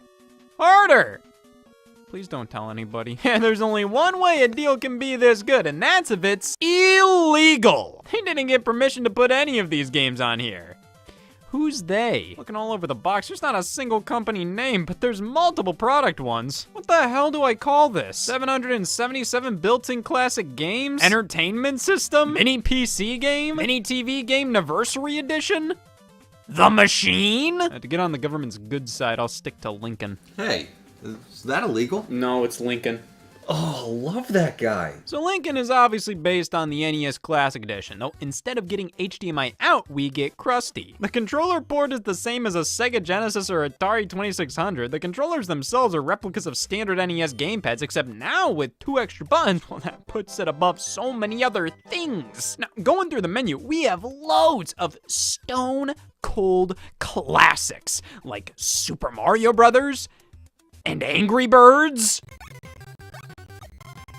What the hell? This isn't Angry Birds! This is! Wait, Mario 14? The long-awaited sequel to Mario 13?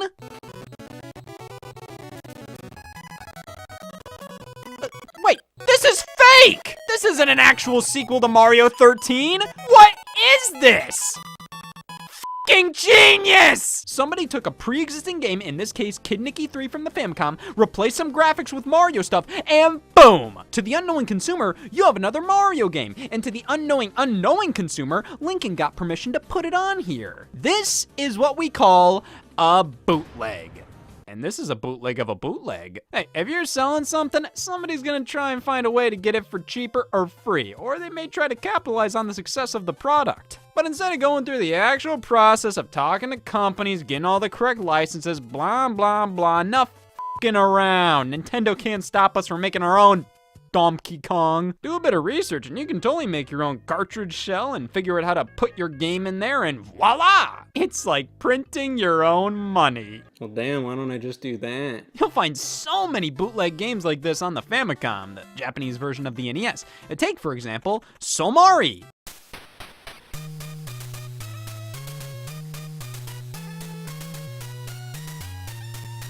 That's right, we're combining Mario with social anxiety. This is a Famicom remake of Sonic 1, and the effort is honestly commendable, which is a huge inspiration to me. If I commit plagiarism, I'm picking a good font. Now, does that make this good? Well, if we refer to this footage of me responding to if I think Samari is good. No. Why is Mario here? What was stopping you from just making this a straight-up conversion of Sonic? If anything, Mario being here and the game being titled Samari, like, what the hell is that? It just makes it obvious something ain't right here. Oh, I know. It's the carbon monoxide. Well, then how about Sonic 5, or Sonic & Knuckles 5, or Sonic 3D Blast 6, which are all just reskins of Samari, which was a reskin of Sonic 1, so we're regressing a skin. A D-skin, because we're back to just Sonic, for the 5th time. For the 2nd time, 6. All of these are practically identical, but man, if you were able to convert Sonic to the NES, you must be jonesing to show the world what you're truly made of. So, the team behind Samari created something new with an original character. The speeding Hummer. Oh, son of a bitch! Well, hey, if you were already trying to make a quick buck by ripping off Sonic and slapping it on the Famicom, why not try and make another quick buck off of said quick buck? Or we could just rob that orphanage down the street. But at least these have more pride than those who just make fake Pokemon games. Haha, Pokemon Emerald. You know what I always loved about this game? How it had that misshapen Nintendo logo and that disfigured ESRB rating. Just kidding, I hate Pokemon. These are all over eBay, secondhand shops, hell, even GameStop. I've been so paranoid over my games being fake that when I got Pokemon Soul Silver, I was devastated. A black game card? Damn it, I was scammed. Turns out that's just how these ones look. Oh, well, bring on the bootlegs then! If I thought the official game was a bootleg, why should I be so against actual bootlegs?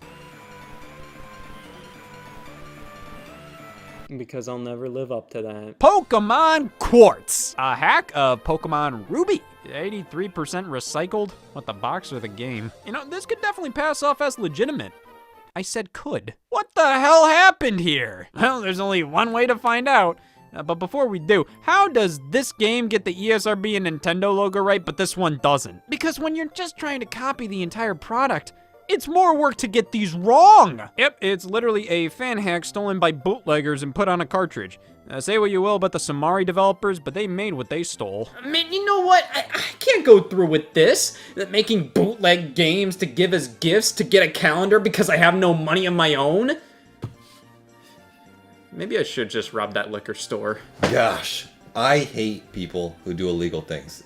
If it wasn't illegal, I'd kill every last one of them. Hey, would you look at that? Oh, that's nothing. Illegal? Please take a look. There's a Mario 14. I must have missed the last two. I'll take it.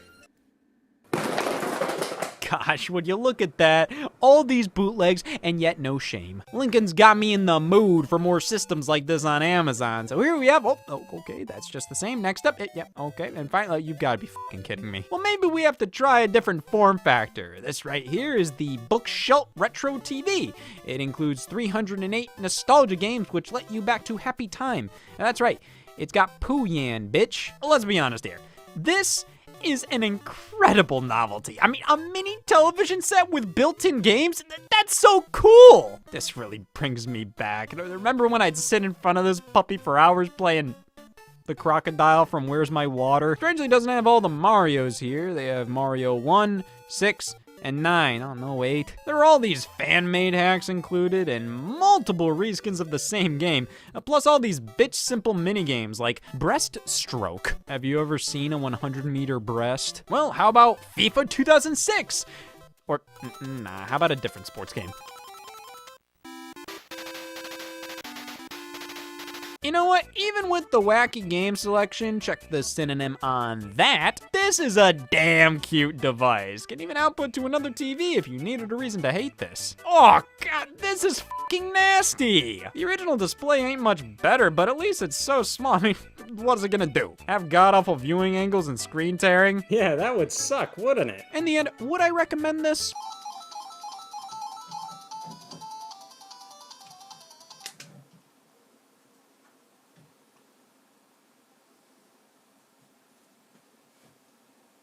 Oh man, you make pieces of shit too? Can I take one?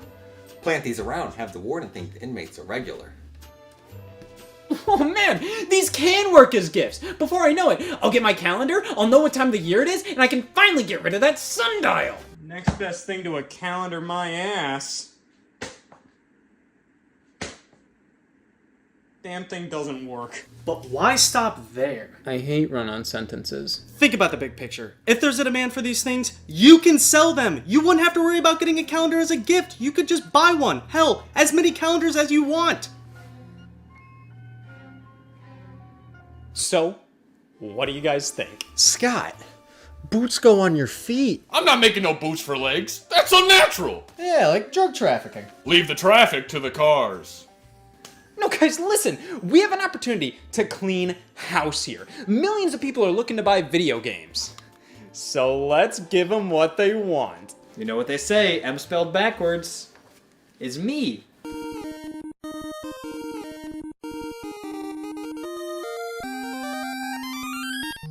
This is 7 Granddad. What's 7 Granddad? Clearly the next obvious step. So who is this made for? Well, whenever I'd watch the Flintstones, I had to cover the top 40% of the screen at all times. It was brutal.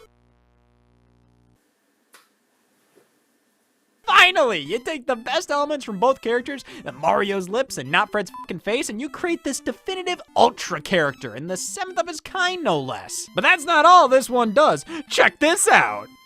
This one hurts. This is a bootleg from 1992, taking the NES game Flintstone's Rescue of Dino and Hoppy and slapping Mario's head on Fred Flintstone, and that's practically it when it comes to changes. Well, and the title screen, which is more than enough to consider this its own entity. I mean, these change the whole aura of the experience. Like, this is a Flintstones game, and this is what helps spit your dad out. So this is all we gotta do? Yeah, just pick up a game and we'll find a way to make it our own. We just have to change a minor thing, like a color or everything. Oh! How about Run for Your Life, Charlie Brown 2, Spaghetti Wars 2? Oh! Flapjack Chameleon Report, Ampersand apostrophe. Crash Bandicoot. Crash to Advance. Guess which console this is on? Oh, not the one you think I think. Damn it, I was gonna say that! It's a Game Boy Color game, because you know what? That system doesn't have a whole lot of Game Boy Advance games. So in comes Crash to Advance to meet the quota. Which, I mean, let's be honest, this is a lucrative tactic to make these games for lesser hardware. That way, if you only have a Sega Genesis, you too can play Call of Duty Ghosts.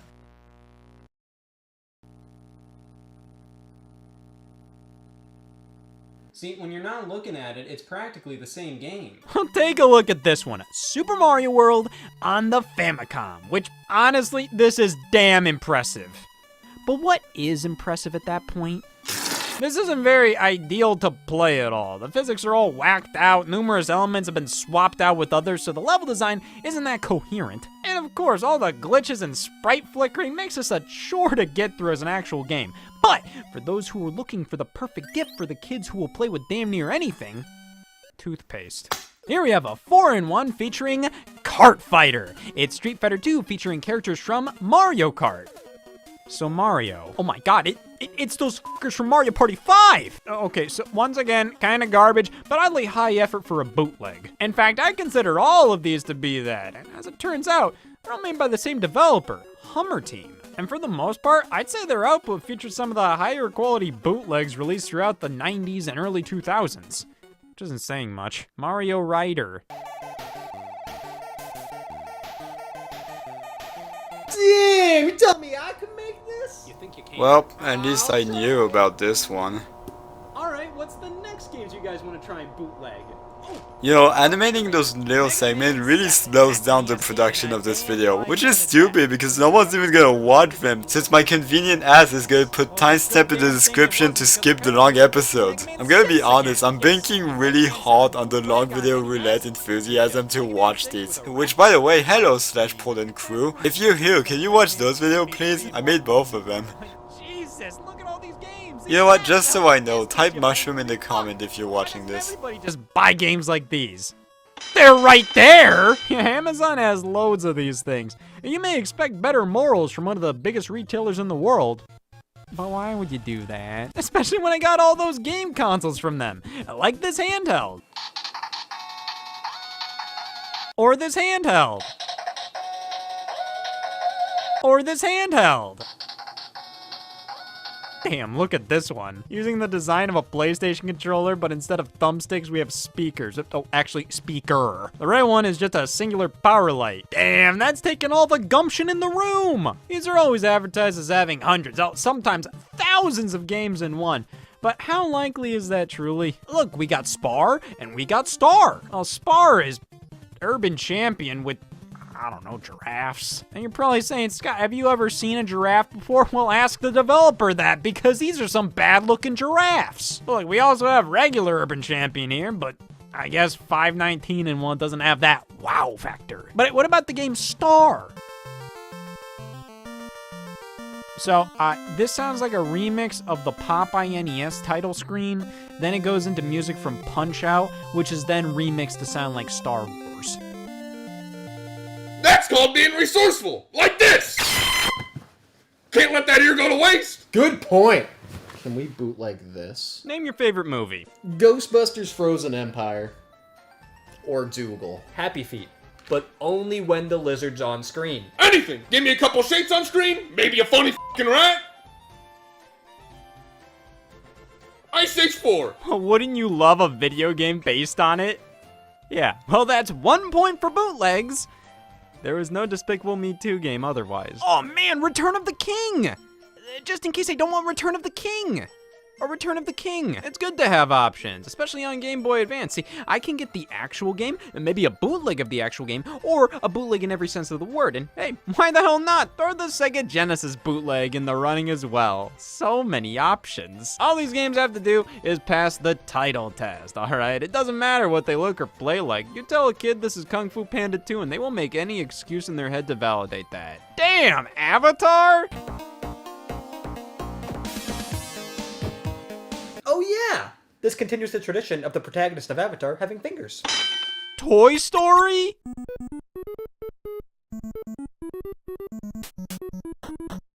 Oh, I love the scene in the movie. When content's displayed to me? Cars 2? I sure as saw 3. But hey, the bootleg games based on movies, I think the most value can be derived from would be the stuff on older platforms, like a Monsters Inc. game on the Famicom, Harry Story, they're the same fucking thing. They're both hacks of wacky races on NES. Now, Monster Inc., you know, the Shrek thing, there's a debate to be had if this is better or worse than Harry's Story. I mean, that one has more effort put into anything but the letter S here. But does that matter when everything was stolen? Why put effort in when you're just stealing anything anyways? Well, it depends if Harry's Story actually stole from Monster Inc., because stealing is bad, but stealing from a thief? I think that makes it okay. Here, point this gun at me. You son of a bitch! So, why buy, make, and or sell bootlegs? Well, in the instance that the game you want is too hard to find, too expensive, or just flat out doesn't exist, it's the next best thing. And because you'll save money on these, you can spend it on literally anything else. Alcohol, vodka. You know what, everybody? I think we finally have enough knowledge and stock to go public with these. Wait. Now we are. This shopping season, we will be there for those who don't know any better. Yeah! We will craft products with love, passion, and respect. No! That's the bootlegging spirit. We're gonna make one hell of a profit. And when we first do, we will celebrate. Oh, hey look, a nickel. Gosh, 19 months till October of next year already. Time flies. Sooner than later, it'll be a year past 2027. Thank God we're 4 years away from that. Holy shit, pre-victims. Hey guys, what are we selling here? You getting f***ed over. And personally speaking, I would rather be f***ed over than over-f***ed. Guys! Just let me handle this. Well, it's Christmas, man. What do you have planned? Surely something legal and just. Though you must admit that your gifts lack grit. Perhaps this time you should indulge in sins outside of gluttony and lust. Like greed. Now that's a sin. I know that it's expensive to come up with great gifts and the hottest games your kids already own. But if you listen to my song, the answer's been there all along. Perhaps it's time to buy a game that's brewed at home. So, maybe, how about the next best thing? Like this bootleg GBA game called Return of the King. It might not be Nintendo or Square Enix or Sony, but you have to admit that the name's got a ring. Ring-a-ding-ding, it passes the title test. There's Super Mario 4 and 14. Yes, that's real, look it up. They're just as good as Mario Odyssey. You know your kids will play whatever if it's wrapped up with string. So throw that dirty ROM hack into their stocking and get the next best thing. I've got some Mario and Kirby Red Diamond. Perhaps you like Pokemon Chaos Black. Mario Kart Fighter and 7 Granddad. No one will know that they're fake, so cut yourself some slack.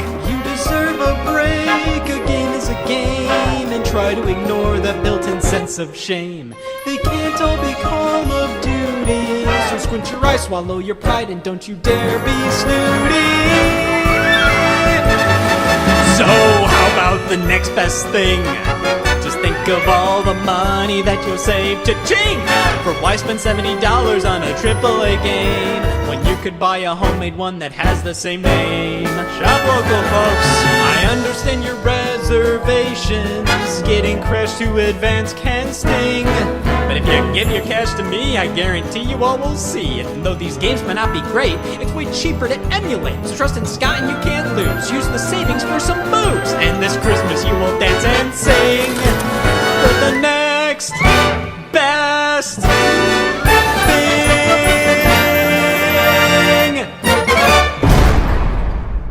Sorry, fellas. Gotta follow the law. Oh! You and your sick law fetish! Officer, these were people I thought to be my friends.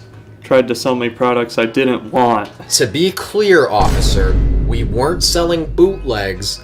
We were selling Boodle G's. Well, take a look at our police lineup here. Can you point out what they tried to sell you? Don't worry. I paid one of my buddies to be in there. I gotta admit, you really outscammed yourself. Here, take my scammy.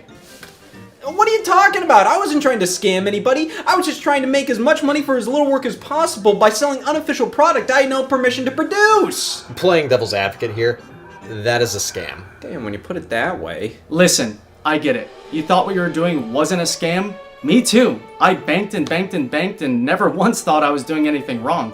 But apparently that was embezzlement. Guys, I'm sorry. I wasn't trying to scam anybody. I was being upfront about what I had. But I put myself over everybody else while doing it. I did this all to make sure I'd get the gift I wanted this Christmas. And I got carried away from there. But the season is about giving. And I focused too much on getting what I wanted. When I should have focused on what you all wanted. I want meth. Yeah. Is meth vegan? Well, now I got what I wanted. To be with all of you. You know what, you guys? This may not have been what I initially wanted, but being here with all of you more than makes up for it. How the hell are we getting out of here? Oh! Community service! Couple hours here and there. We'll easily shave 5 years off our sentence. How can a bunch of bootleggers service the community? Well, if these are the next best thing, then what's the best thing?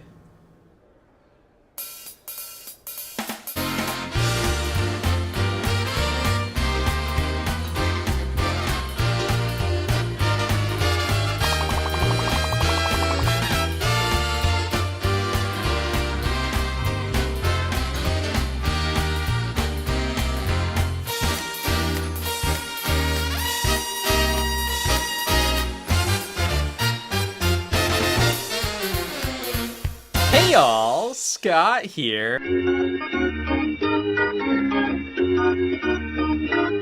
IGN revealed the M-rated third-person shooter Hack and Slash Devil's Third, which was originally supposed to be published by THQ for Xbox 360 and PlayStation 3, was now a Wii U exclusive published by Nintendo. Okay, Mario Party 10.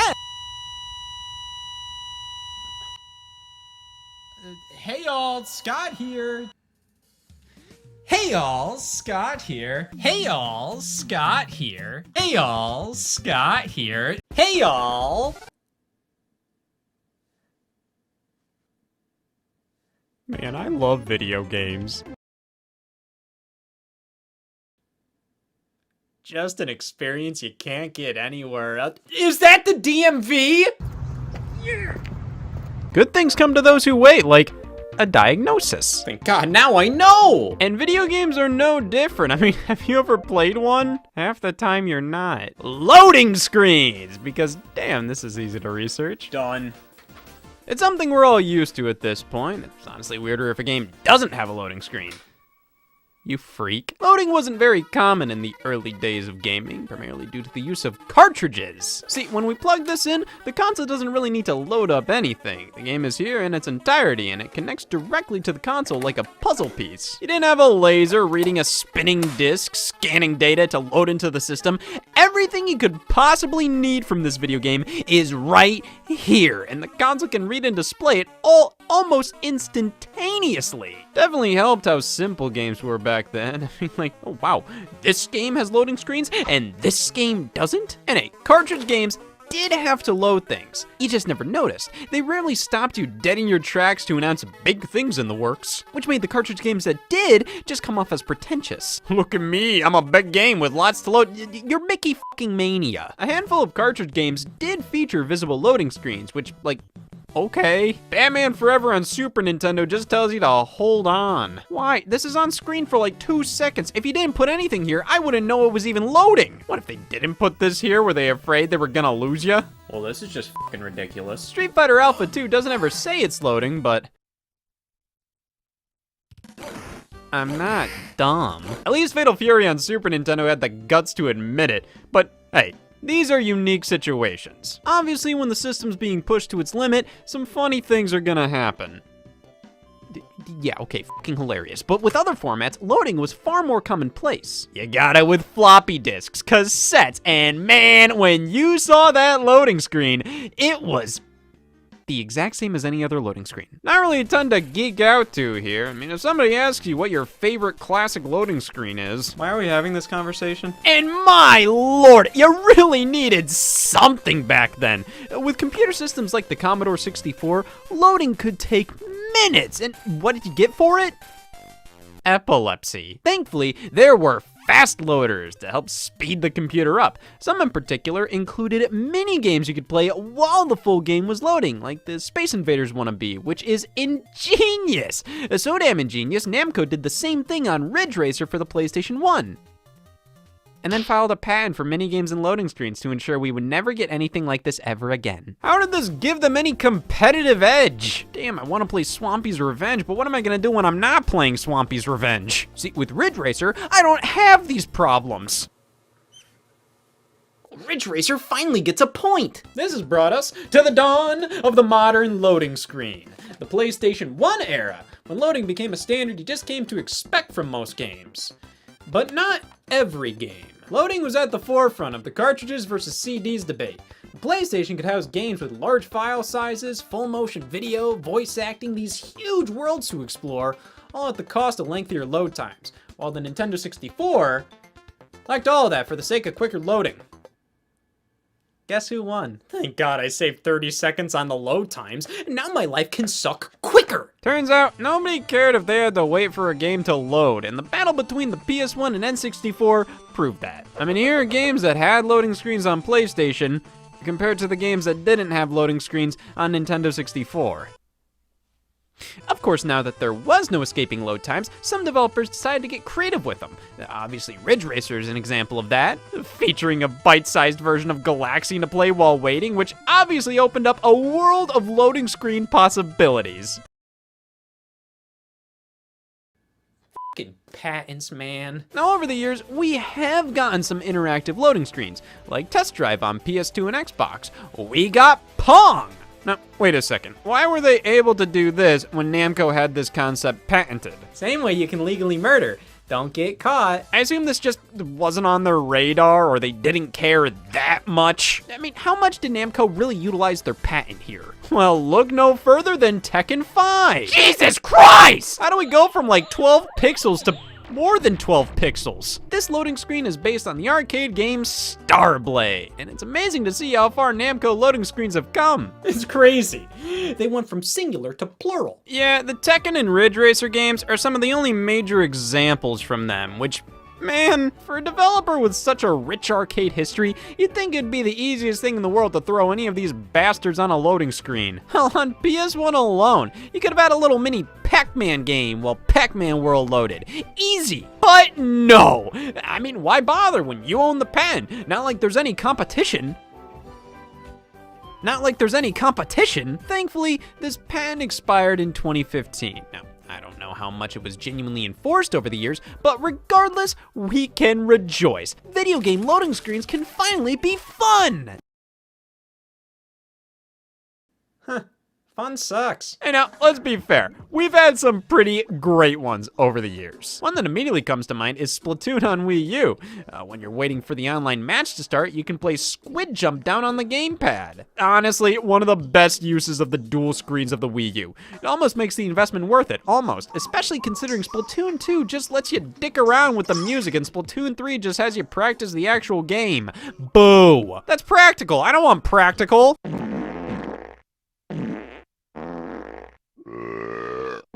I want jokes. But I can't deny how smart practice rooms are as loading screens.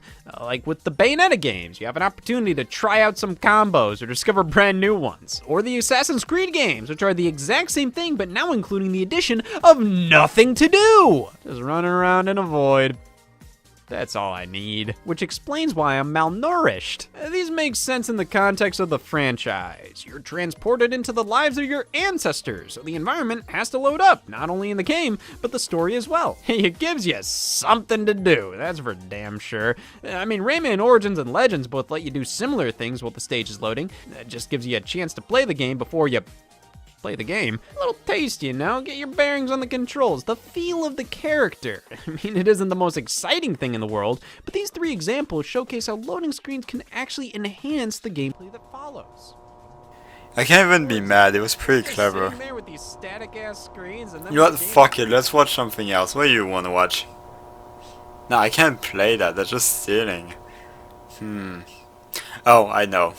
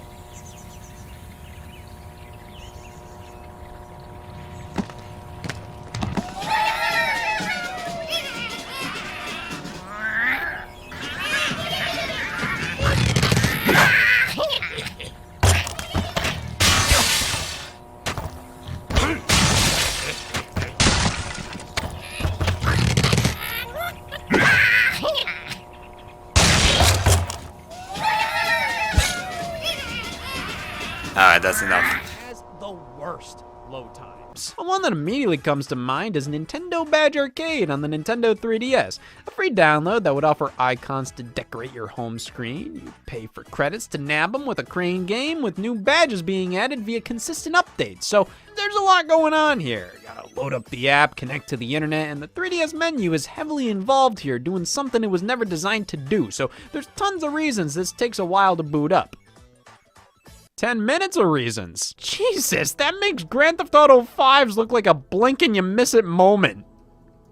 Well, if the blink turns into a nap. Back when it launched on the Xbox 360, GTA 5 would take like 3 minutes to boot up, which a few re-releases later, here on the PlayStation 5, it takes still pretty damn long for an Xbox 360 game on PlayStation 5. Well, how about an Xbox 360 game on Xbox 360? Sonic the Hedgehog from 2006. Here, watch this.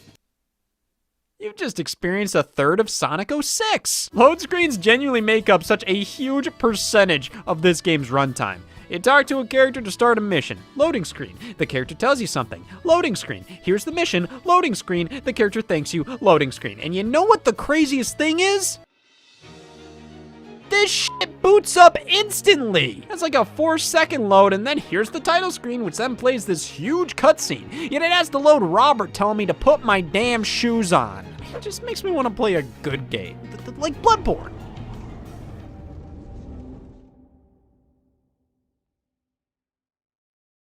This is the worst loading screen. Like, look at this. What the hell is this? It's the logo on black. That's it. And with how difficult the game is, you're gonna die a lot and see this pop up every single time for 1.5 minutes straight. I'll hand it to Sonic 06. What's more interesting to look at here? Silver the Hedgehog or nothing?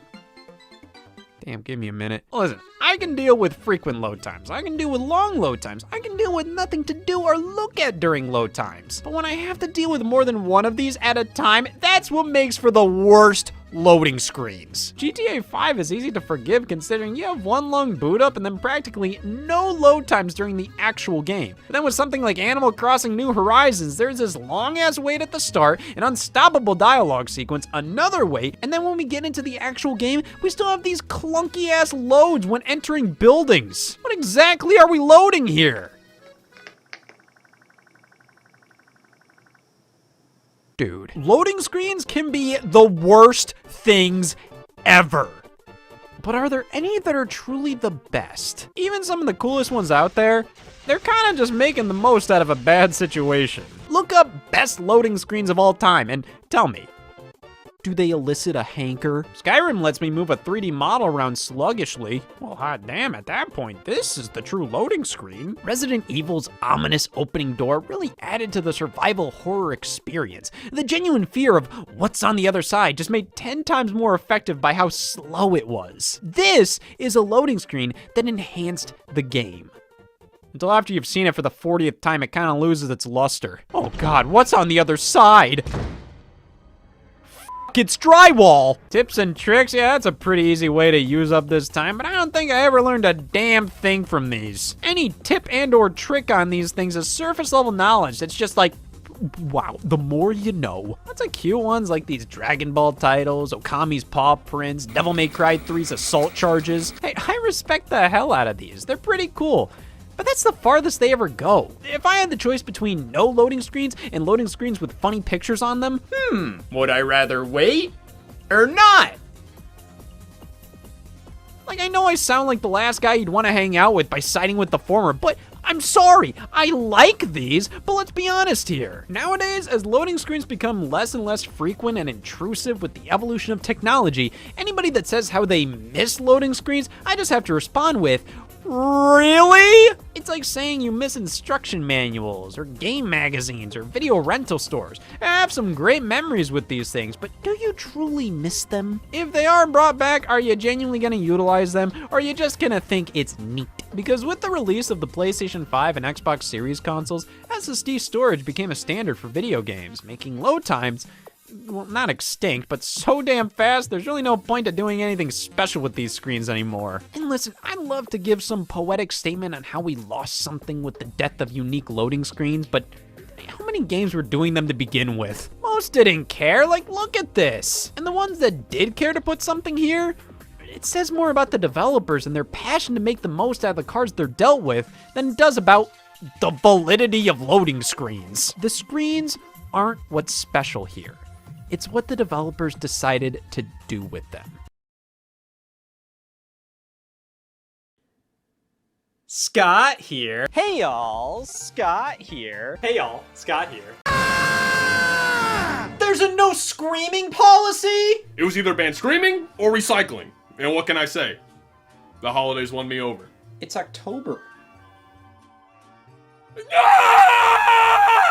I don't know if I can handle not screaming. Halloween's almost here. Ghoul output's on the rise. Oh what? You're scared? Cause I got news for you, buddy. Fear's a concept made up by Hallmark, and once you accept that, you won't be pissing your pants out of fear. You'll be pissing your pants because your body's shutting down, unfortunately. You really mean it? Not just mean, angry. My recommendation to you is to desensitize yourself to scary bullshit. Find something real f***ed up and stare at it for an hour straight. That cured me. Of what? Sanity. What should I use to numb myself to fear? I got Scary Movie 2, 5, 2, or fentanyl. Man, I don't know. I used to beg, plead on Halloween to get the shit scared out of me. But now... there's no shit to scare out anymore. You're running on fumes. Exactly. I'm scared to get scared. And I think the best way to conquer my fear of fear is to understand terror at its core. And what better way to do that than go through the history of horror video games? And where better to start than the very first one ever released?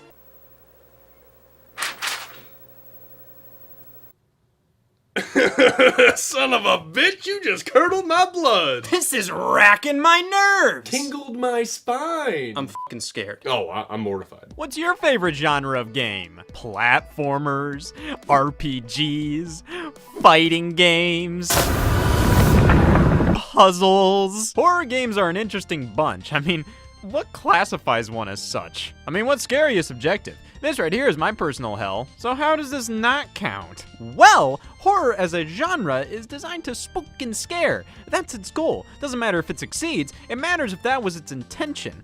Much like how something is considered a comedy when its objective is to make you laugh. So just because I fucking lose it at Scary Movie 2, doesn't make it a comedy. So it doesn't matter how much I piss myself to this, it ain't a horror game.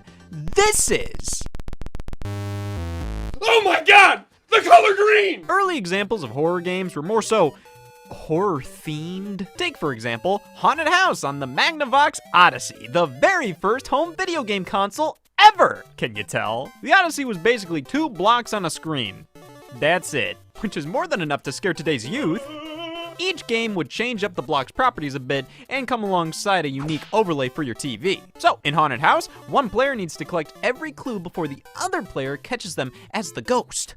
Honestly, the Odyssey's Guess the State game is scarier. What the hell is Alaska doing there? But hey, don't let Haunted House dictate what horror games can be, because over on the Atari 2600, we got, now we have graphics. Finally, now I can see not seeing anything. It's pitch dark. Can't see anything but your own eyes, which you gotta admit, that is a creative use of the Atari's limited hardware to convey the feeling of walking through a spooky dark mansion. But fundamentally, this plays the same as another Atari game, Adventure, but now there's bats. You can definitely make an argument that Haunted House is a horror game. You can also make an argument that it's sexy. No matter your stance, you can't deny it laid some important groundwork here. I mean, traversing through the darkness, illuminating your path, restrictive use of items making things more tense. There are huge elements of the horror game genre here.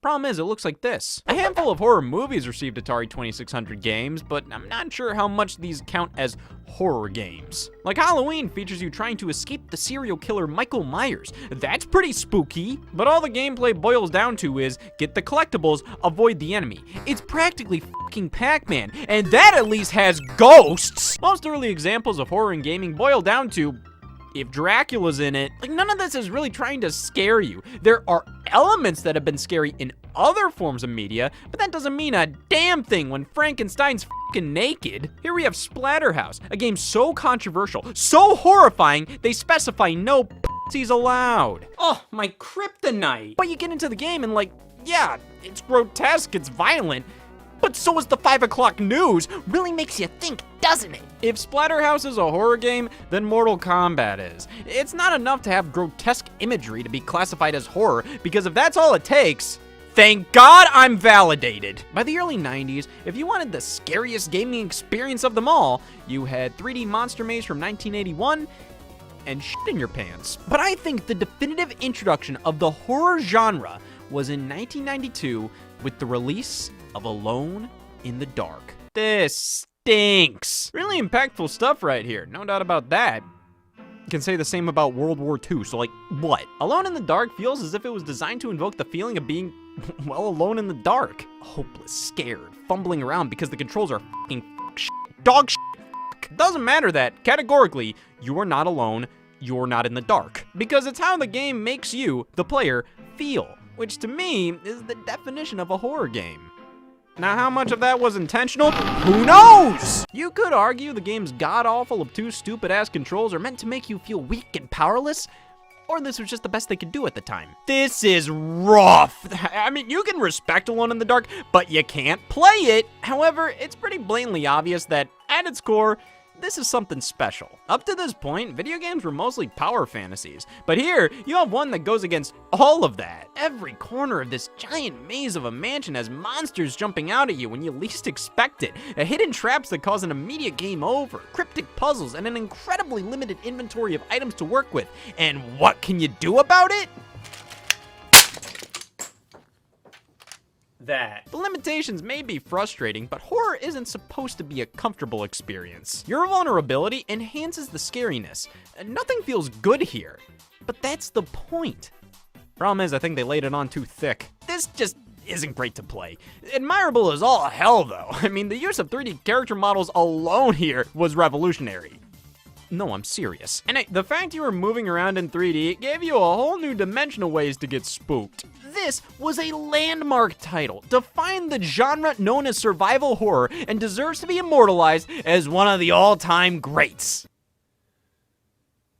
You know, you don't have to try to convince me that you're fucking crazy. For how innovative Alone in the Dark was, its legacy really doesn't reflect that. It pretty much set the groundwork for survival horror, and didn't know what the hell to do after the fact. Oh, no kidding. But credit where credit's due, we wouldn't have much better survival horror games without this. 1996, Resident Evil launched, and damn it, thank God for plagiarism. This is like the exact same setup as Alone in the Dark, and it's nearly as god-awful to play. Both games use tank controls, which mean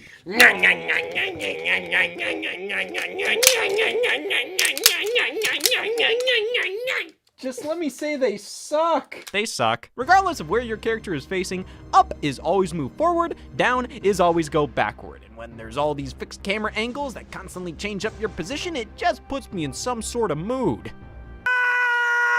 Tank controls were a product of the time. That's just how you made games like this back then. But some will still go to bat for them, especially in the survival horror genre.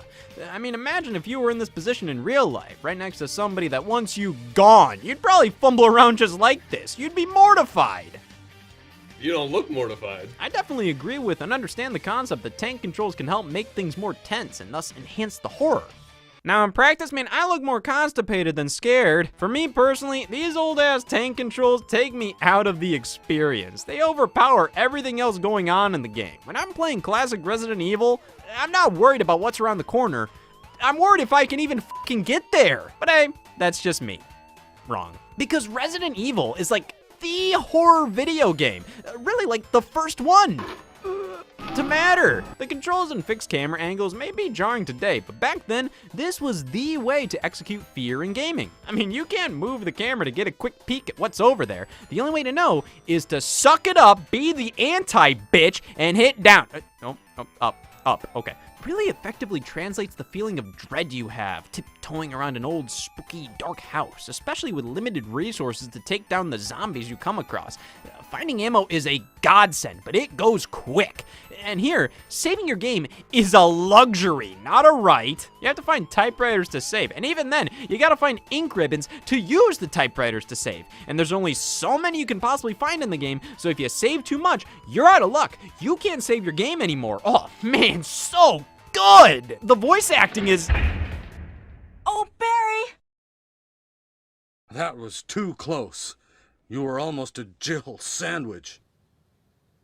Well, that f***ing sucks. Damn it, man. I was trying to keep this going on longer. Yeah, I'm just gonna be real with you. Resident Evil on the original PlayStation isn't the... It's not the...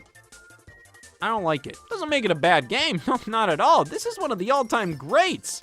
I just don't want to play it at all. This isn't fun. But once again, that's kind of the point here. Resident Evil's MO isn't to give you a good time. Its goal is to make you damn uncomfortable, and that's what makes for good horror. Or whatever the hell this is. The scariest thing to me about Resident Evil is having to play more of it. Damn it! Well, just because I dislike playing the original Resident Evil doesn't mean I don't respect the hell out of it in the following entries. Especially Resident Evil 2. I mean, this was a massive upgrade in nearly every way. Just a much tighter experience. Hell, I even find the tank controls to be far more manageable here. But you're sobbing. Yeah, less than I was before! I feel RE2 perfectly balances fear with just delicious ham. See, I believe Resident Evil is meant to be scary and not taken seriously at the exact same time. I mean, this first game, like, look at this. This isn't scary, this is sassy. And like, what am I supposed to get from this live action opening? Empathy? There you go. The original Resident Evil's tone is iconically campy, and I love that about it. But I don't think that was ever intentional, and coupled with everything else, it just doesn't do much for me as a survival horror game these days. Resident Evil 2, on the other hand, honestly felt creepier, more tense, more deliberate in its design, all while keeping that patented Resident Evil stupid fucking bullshit alive and well. You can patent anything. But man, as much as I love elements from all of these games, I'd be lying if I said I didn't have a hard time getting through them. You have to be so damn patient to put up with these things sometimes. Hell, learning the controls alone is a huge commitment. But hey, many will say the controls aren't outdated, you just have to put some time into learning them. How sad it is modern gamers aren't willing to put up with tank controls anymore. What a joke! Next they'll want clean water, and then the right to vote! Well, what you don't consider to be outdated, I don't consider to be worth my time. And before you consider that an insult to Resident Evil, it's not. Resident Evil's success proved that there was a market for gamers proclaiming, who needs a toilet when my pants are right here? So throughout the PlayStation 1 era, we got loads of new spooky franchises. Most notably, Silent Hill. Wow, now this is a new take on a horror game. I can actually fucking control it. Yeah! Woo! Am I dreaming? Nope. Silent Hill still uses tank controls, but with its more traditional third-person camera system, it's not only far easier to play these days, it's damn impressive. Like, check these angles. This is so cinematic. Hell, I'd go as far to say Silent Hill was even more revolutionary for the horror genre than Resident Evil was. And that's because Silent Hill is actually scary. Resident Evil can be tense and creepy, but the fear it instills basically ends at, I hope that monster doesn't look uglier than the last. By comparison, Silent Hill is described more so as psychological horror, It goes far deeper than, oh my god, that better not be a zombie. I'm not scared. I'm just pissed. Now, I think the Resident Evil games are better, well, games. These are full-blown adventure games. You can take the horror element out and they'd still be pretty damn good. Silent Hill is horror through and through. The game itself is solid, but I can't imagine it as anything but a horror game. There's just this overwhelming sense of dread. The atmosphere here is truly unlike anything else at the time. Even if nothing is going on, you just feel bad. Oh, that might be why. Fog so thick you can barely see anything. Your radio will make such unnerving sounds alerting you that enemies are nearby. And when you do see enemies, they look fucking nasty. Silent Hill thrives on disturbing the player. Not just with what's on screen, but what isn't. Just makes you uneasy the whole way through. And I think when it comes to truly being a horror video game from top to bottom, Silent Hill is a masterclass example of that. Dinosaurs and clocks. Go on! We have games like Dino Crisis, made by the same people as Resident Evil, except now, instead of zombies, there's a crisis. And then there's Clock Tower, which actually made its debut a full year before Resident Evil, exclusively in Japan on the Super Famicom. Alone in the Dark and this game right here can be considered the true origins of horror in gaming. It's also the origin of all this apathy! Clock Tower can be pretty impressive. I mean, a Super Nintendo game being scary? I mean, it's not impossible, but damn! There are a few key moments here that genuinely made me jump. But who the hell cares? Jump scares are like the fart jokes of horror. Nothing to be proud of here. All you did was... Oh! There is this arcade game, Sinistar, from 1982, which is often credited as the first game to feature a jump scare. Where I live. Yep, there it is. Which I do have a foolproof method to get around jump scares without obviously looking away.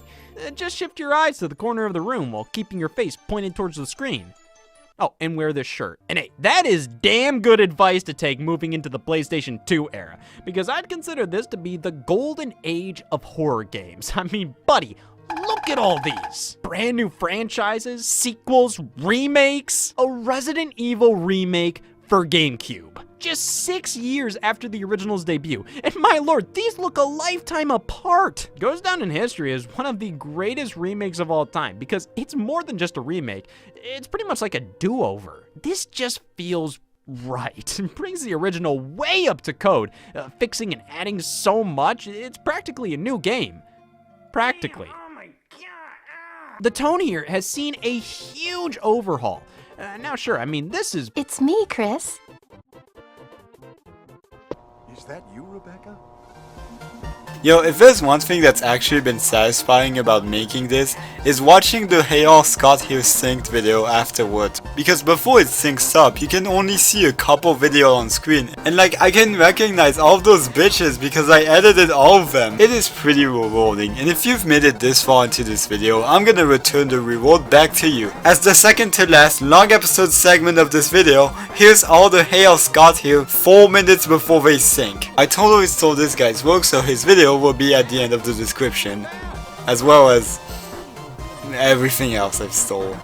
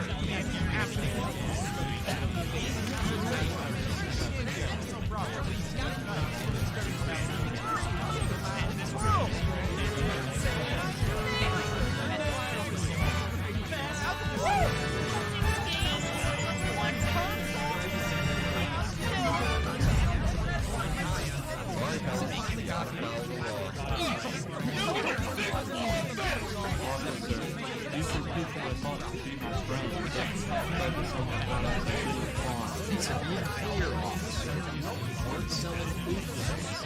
We were selling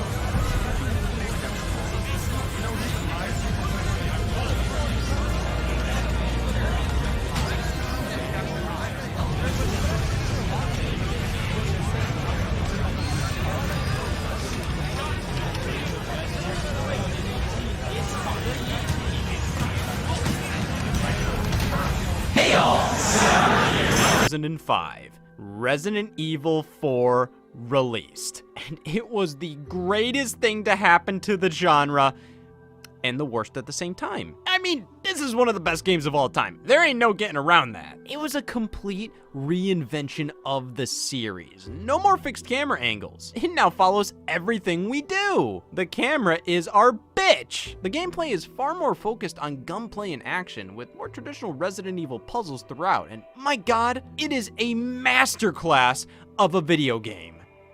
But is it a masterclass of survival horror? Resident Evil 4 does have tense moments, its setting is creepy, and it can be scary.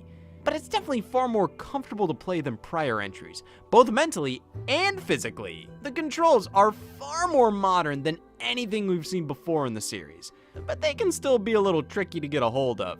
For example, you can't move while aiming, which seems like a limitation at first, but the entire game is designed around this, which, yeah, it can still be a struggle to get a handle on sometimes, but it's never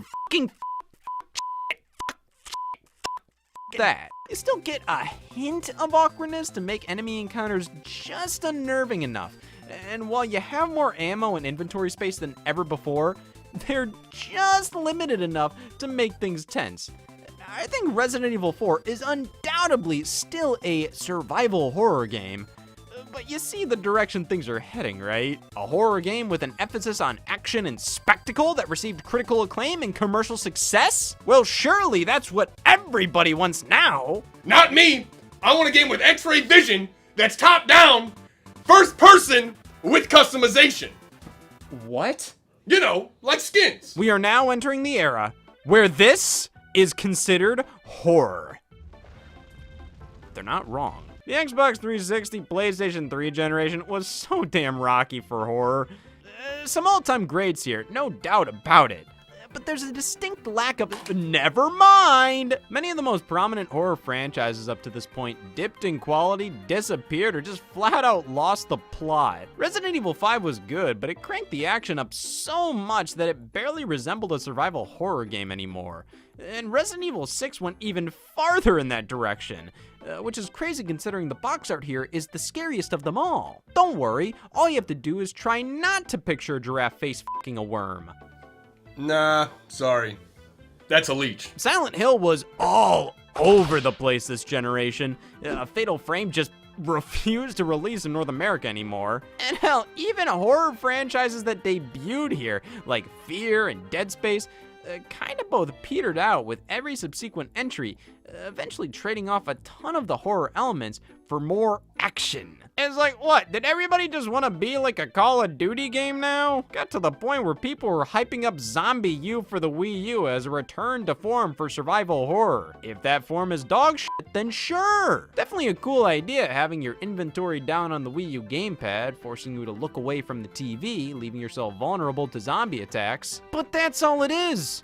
An idea. Like, world peace is a great idea, so do it. I just don't find anything to really come together with this experience. It tried to fill the void of legitimate horror games at the time, but to me, it just came off as tacky and cheap. The scariest part about Zombie U is the scariest part of anything on this console. Horror games weren't extinct at this time, but they definitely weren't thriving like they were a generation or two ago. I feel that trends really altered the direction of many series like Resident Evil, Silent Hill, Fear, Dead Space.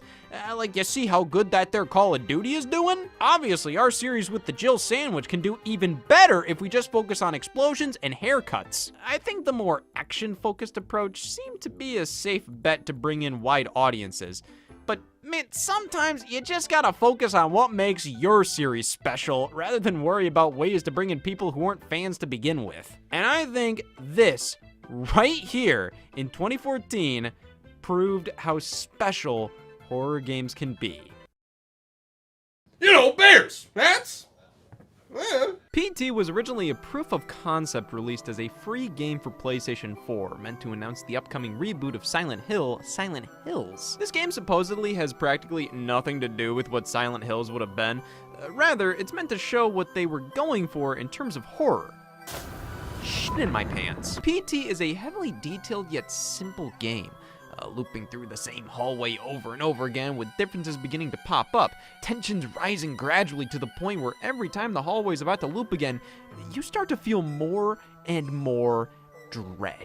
Even a minor change that's not even inherently scary freaks me out here, because the game tells you nothing. It has you experience everything yourself. No cutscenes, tutorials, you piece together the story details, you figure out what's going on and what to do, and the game makes you feel like you are hopeless, alone, there's no escape, but the solution is so simple, it's just a hallway. I'll keep playing because Jesus! Everything comes together to craft the perfect horror experience. Damn, that is fucking scary. As tragic as Silent Hill's cancellation was, I do think this helped set things in motion for a brighter future, right alongside the independent horror game scene. Many of these smaller scale titles thrive on being slimmer experiences, as they're not bloated with the desire to appeal to mass markets. They are completely designed to be scary, many of them having a larger, disturbing story in the background, with little lore details sprinkled throughout, encouraging the player to speculate on what happened. How did things get this way? This all helped the survival horror genre to experience a complete resurgence. I mean, Resident Evil 7 completely took a page out of PT's playbook with the switch to a first-person perspective. And man, this is almost too similar. For a series with such a unique style and iconic characters, this change feels strange, but this is an excellent, well, I wouldn't say return to form because Resident Evil was never this scary, but this initiated a new wave of incredibly high-quality games in the franchise, like the Resident Evil 2 remake, which is probably my recommendation to anybody wanting a modern horror game. The Evil Within, Alien Isolation, Silent Hill's return. And it feels damn good to see this genre playing into what makes it special rather than be something it's not. Well, damn, that wasn't too scary to get through. Never mind. You know, I thought I was never the biggest fan of horror games, especially recently.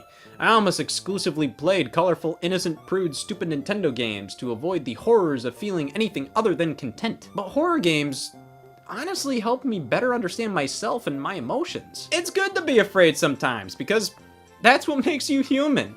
And when you have control over what you're experiencing, it makes fear fun. Horror games help me see that it's less scary to face my fears rather than just avoid them entirely. And with my fear being fear. I just want to tell it to its face, hey y'all, Scott here. Hey y'all, Scott here. Hey y'all, Scott here. Hey y'all, Scott here. Hey y'all, Scott here. Hey y'all, Scott here. Mario Party was the party game, but I might as well throw a party if I can't think of anything better to do. No, let's throw a party. Donkey Kong, you cheap bitch! What the hell? I got no coins? Makes it feel any better. My doctor told me I have 9 days to live. Hey Scott, my brother's funeral's today. Are you interested? Oh, come on. I wasn't expecting to mourn today. Oh, capable wave! You have to laugh at that stuff sometimes, and if you can't do that, you probably need to look for new friends. Also because you really won't have any after playing.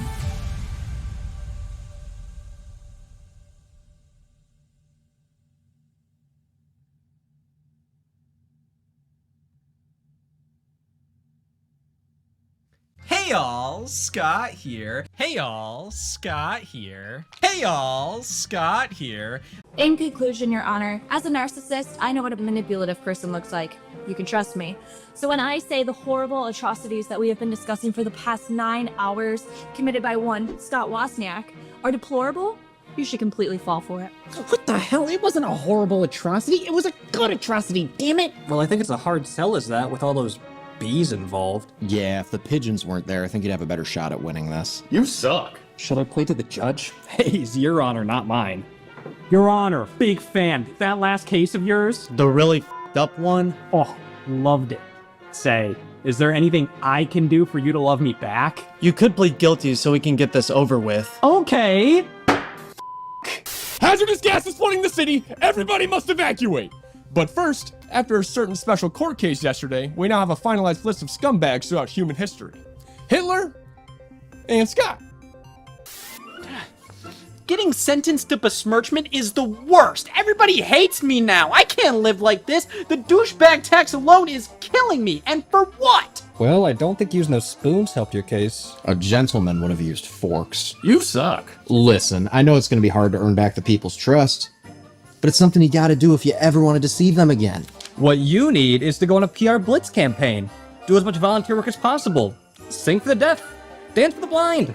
Yeah. Anything to get people believing I'm good again. They'll all see that Scott Wozniak isn't a good guy, but he sure seems like one. It's a beautiful day to make a difference. It's the only way to atone for your sins. Is let's make the world a better place for no reason but to save your face. No reason but to save your face. It's a beautiful day to get your ass kicked, cause I think the whole world is over the shtick. But who's at fault for not falling for it? Who's at fault for not falling for it? Not me. People hate you more now. It's not my fault. I tried to be good and charitable. The blood bank didn't accept my blood. Politics. I say, give up. Embrace the hatred. You don't have to be good. You're better than that. No, Scott, I believe you're better than that. And besides, there's the one last thing anybody could possibly try.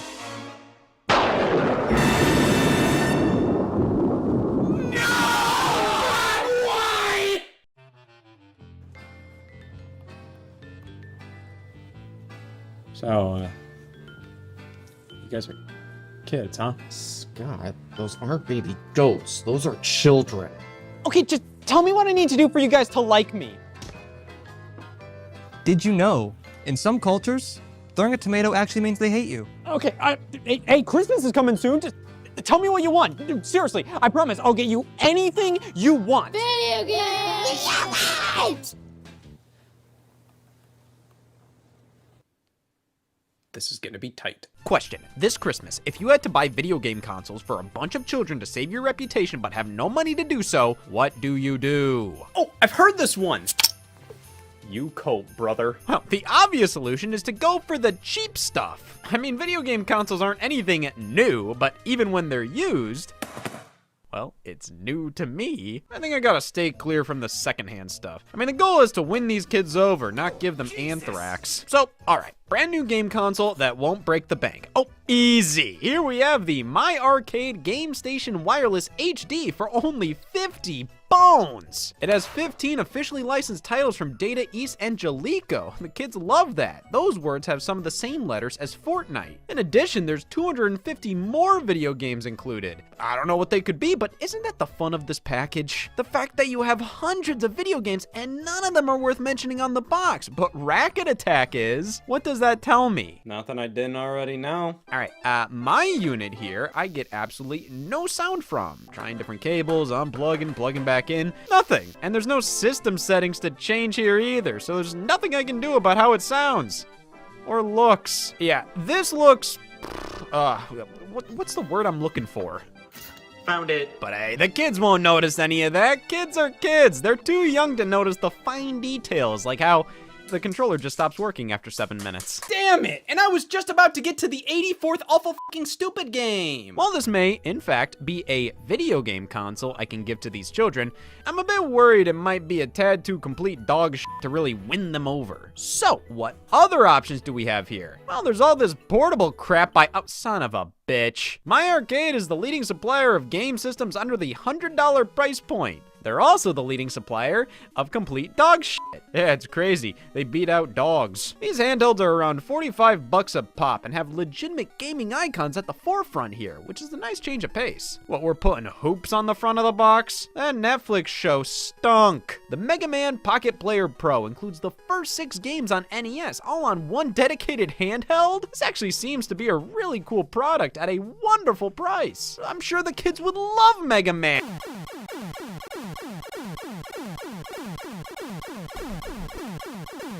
Listen, I know kids, they love failure. Alright, maybe some of these cheaper devices aren't the best path forward, especially if they're from My Arcade. Like, this Go Gamer Classic is only $30, yeah. But none of the 300 retro games included are actual titles. They're all the kind of generic, no-name bonus games included with the Game Station Wireless HD.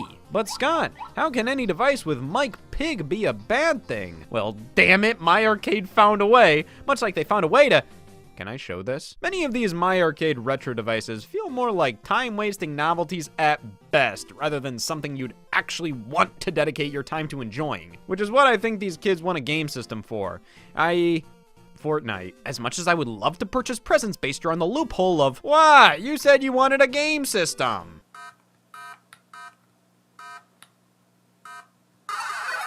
I don't think that's how heroes are born. But if I gave them each a Nintendo Switch Lite, that plays all the modern junk kids these days care about. Plus, this is a budget device. It's perfect! Okay, well, how likely is it I could convince them they don't want a video game console, but instead, fresh fruit and batteries? Alright, like, seriously though, is the Switch Lite truly the best option here? Because sure, it costs less than most other consoles, but does that mean it's really the best investment at this point in time? I mean, what if they want to play games on the TV? Can't do that here. What if they don't want a salmon-colored system?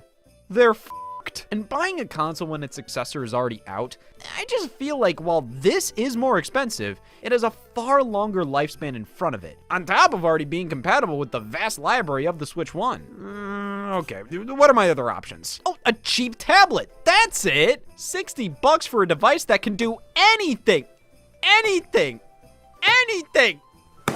Anyways, there's the Next Playground at about $200, kit-based console that operates like the Kinect, with a forced paid subscription to get more games. Oh my god, what, do I have to buy that for them too? Maybe a handheld PC, like, oh, okay, the Logitech G Cloud is $300 and it's a cloud gaming only device. Every kid's dream. For $100 more, you can get a Steam Deck. Why the hell wouldn't you just do that? All right, so what, are we settling on a Steam Deck for everybody then? No! Isn't it against the law to give somebody younger than 40 a Linux-based device? Well, listen, I wouldn't call the Steam Deck difficult to use, but it is most definitely more of an enthusiast's handheld. Something for somebody with a large pre-existing Steam library rather than somebody just looking to play some video game. Hey y'all, Scott here. We finally reached the last episode, which means... statistics time. First, let's look at the ranking. The top 15 video that lasted the longest. In 15th place we have It's Awesome Baby at 2 minutes 49, The Gift of Gaming at 3 minutes 13, Chibi Robo Ziplash The Darkest Age of Nintendo at 3 minutes 49, The Funeral 4 minutes 53, Candy Game 16 minutes 13, Now Loading 16:53, The Great Gaming Gift Grift 1850, Store Exclusive 1855, Do-Our Release 1901, Have a Bootleg Gaming Christmas 2456, Horror Game 2756, Pro Controller 30 minutes 30, number 3 You're Not an RPG Guy at 33 minutes 51, number 2 Childhood Game Collection 2 hours 17:21, and in first place Wii U Downfall of a Downfall Part 2 2 hours 23 minutes and 25 seconds. Now let's talk about the distribution. The video is just over 4 hours long, and that's because I skipped the one who lasted 2 hours. If we include them, now the video is 8 hours, 36 minutes and 2 seconds. Which first off, you're welcome, but also, here are the percentage. Candy Game, Now Loading, The Great Gaming Gift, Store Exclusive and Do-Our Release all covers 3% of the video each. Have a Bootleg Christmas is at 4%, Horror Game and Pro Controller both takes 5% of the video, You're Not an RPG Guys is 6%, the Childhood Game Collection is at 26%, Wii U Part 2 is at 27%, which means everything else, aka the gaming of the video, aka what the video was supposed to be, is only 7%. Here's what it looks like without the long ones. I would say thanks for watching, but that would imply this video is anything more than a giant shitpost. I just think it's crazy that I made over 7 fucking minutes of exclusive content, because of how unnecessary it was and also how no one is gonna see it. I mean, yeah, we gotta get them the bundle. They'll love this. Oh, and all the other games I could get them, like Kirby and the Forgotten Land, Mario Party Jamboree.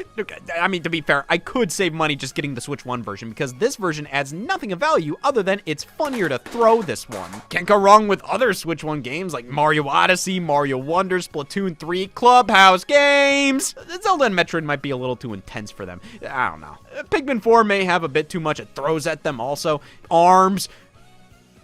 No. Like, I don't know. It's fun to not just recommend the best of the best. Rather, try to find games that will gel best with a particular group of people. Oh, and this particular group of people may have brothers and sisters, and they could use systems for themselves. So let's get 40 Nintendo Switch 2 consoles, just to be safe, adding up to this grand total. And with that being said, what the hell am I thinking? This is ridiculous. I can't get carried away just because I'm excited here. Hey champ, you doing okay? You sound like one of those emotions I've been hearing all about. Upset. Yeah, I can't spend all my money on a bunch of kids I don't know just to look good. The world already hates me. I can't be broke on top of that. I just need a miracle to happen at this point. You want a miracle? Well, listen to this. Just moments ago, I stumbled and dropped my phone into the lap of Rex Mose, who, without hesitation, picked it up. I could tell he was frazzled by what just happened. That I was. The phone landed screen up into my lap, unintentionally triggering an app to open. That app just happened to be a popular form of social media with live streaming functionality. As I was holding up the phone to confirm this fact, I was then met with some unexpected, incidental contact by one Jeb Jab. Yes, I got caught up in the excitement of the whole endeavor.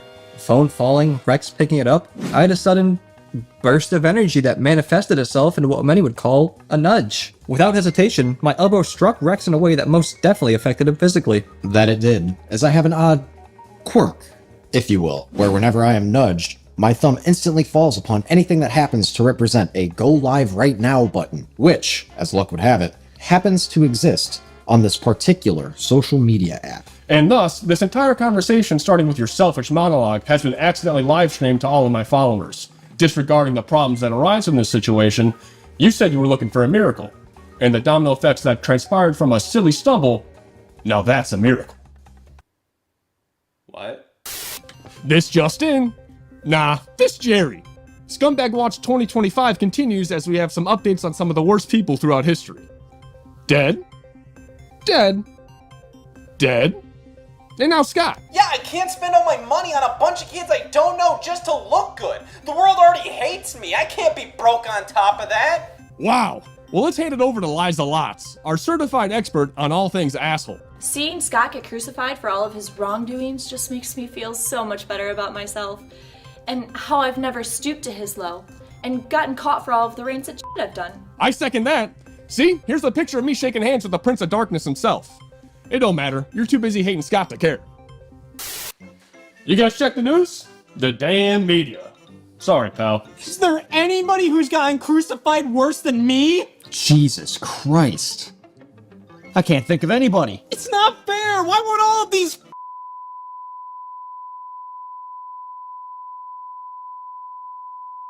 believe that I'm a nice guy? I've tried everything at this point. Well, maybe you're not trying for the right reasons. You don't want to do good, you just want to look good. I wanted to help because I believed in you, but you just let all the negativity consume you. I'm done here. I refuse to be part of an environment focused on cheap tricks and peddling bullshit to maintain relevancy. F you guys, I'm going to work at GameStop. Oh, thank God. I thought he was going to say he was going to the grocery store. And I'm all like, I just went. I don't need more eggs. Maybe it's all true then. Maybe I am an awful person. Listen, you're not perfect, but the fact you were thinking everything out and you were going to get those kids something they genuinely enjoyed, it means you really wanted to do some good out there. That's true. You could have stopped at the first couple options, like whatever the hell and whatever the f***. Yeah, you know, it was really exciting thinking about what they'd like the most, but... man, what's the point if nobody's gonna think I'm a good guy? You know what? Fellas, we're going to GameStop. Oh, thank God. I thought he was going to say we needed to go to the grocery store. And I'm like, I just went. I don't need more eggs.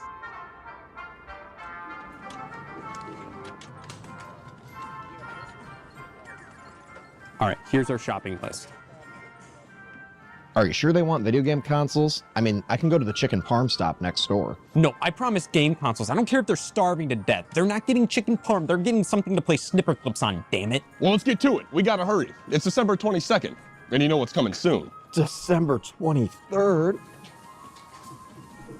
Well, if it isn't douchebag and two people next to a douchebag. Hey, my name isn't two people.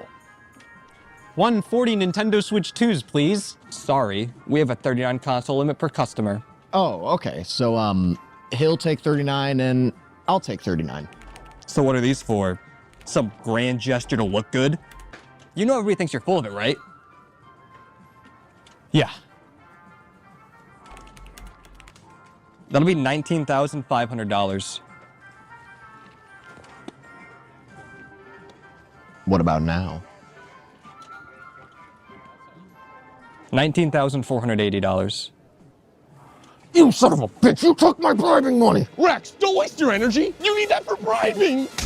Save it for somebody else. I'm not selling you those damn consoles. They're for the kids, I promise. I want to give them a good Christmas. Yeah, right. Sell me the consoles. No, I'll pay double. Never. Yeah, sorry. It was really hard to believe you with him jamming his thumb up my ass. It was the only way I could defend myself. What do you mean, the only way? All right, everybody. Merry Christmas. Thanks, but we really want this. Are you kidding me? All rise. See, I told you it was stupid to sit down. We're just gonna stand back up again. You've been standing for 9 hours. We are here to finalize the decision on if Scott Wozniak must legally register as a scumbag.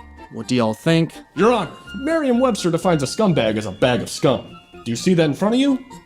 I don't think so. I just see a shitty person. Objection, Your Honor. As a shitty person, I find that insulting. Well, you're a disgrace to the shitty person name. You know, I think if you brought up giving those consoles to the kids, they'd probably lower your sentence from scumbag to just plain human scum. You know, I'm okay. I realized you don't become a good person trying to look like a good person. You become one when you just want to do good. I don't care what people think of me. If they hate me, so be it.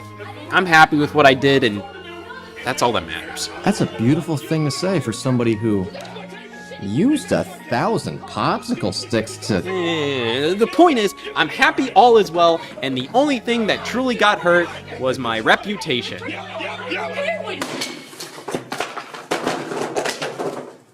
And back. Well, this took some of the heat off of me. Now I may be in extraordinary amounts of debt buying all those Switch 2s. The feeling I got doing that for those kids was Way better than trying to grift everybody into thinking I'm this awesome person. Or how financial security could ever make me feel. Either way, I was already in debt, so the more debt I accrue, well, they haven't released Debt 2 yet, so it can't get any worse. I think I'm good. Well, this Christmas, seems that everything worked out. Unless I'm forgetting something. Oh, Hey, y'all, Scott here.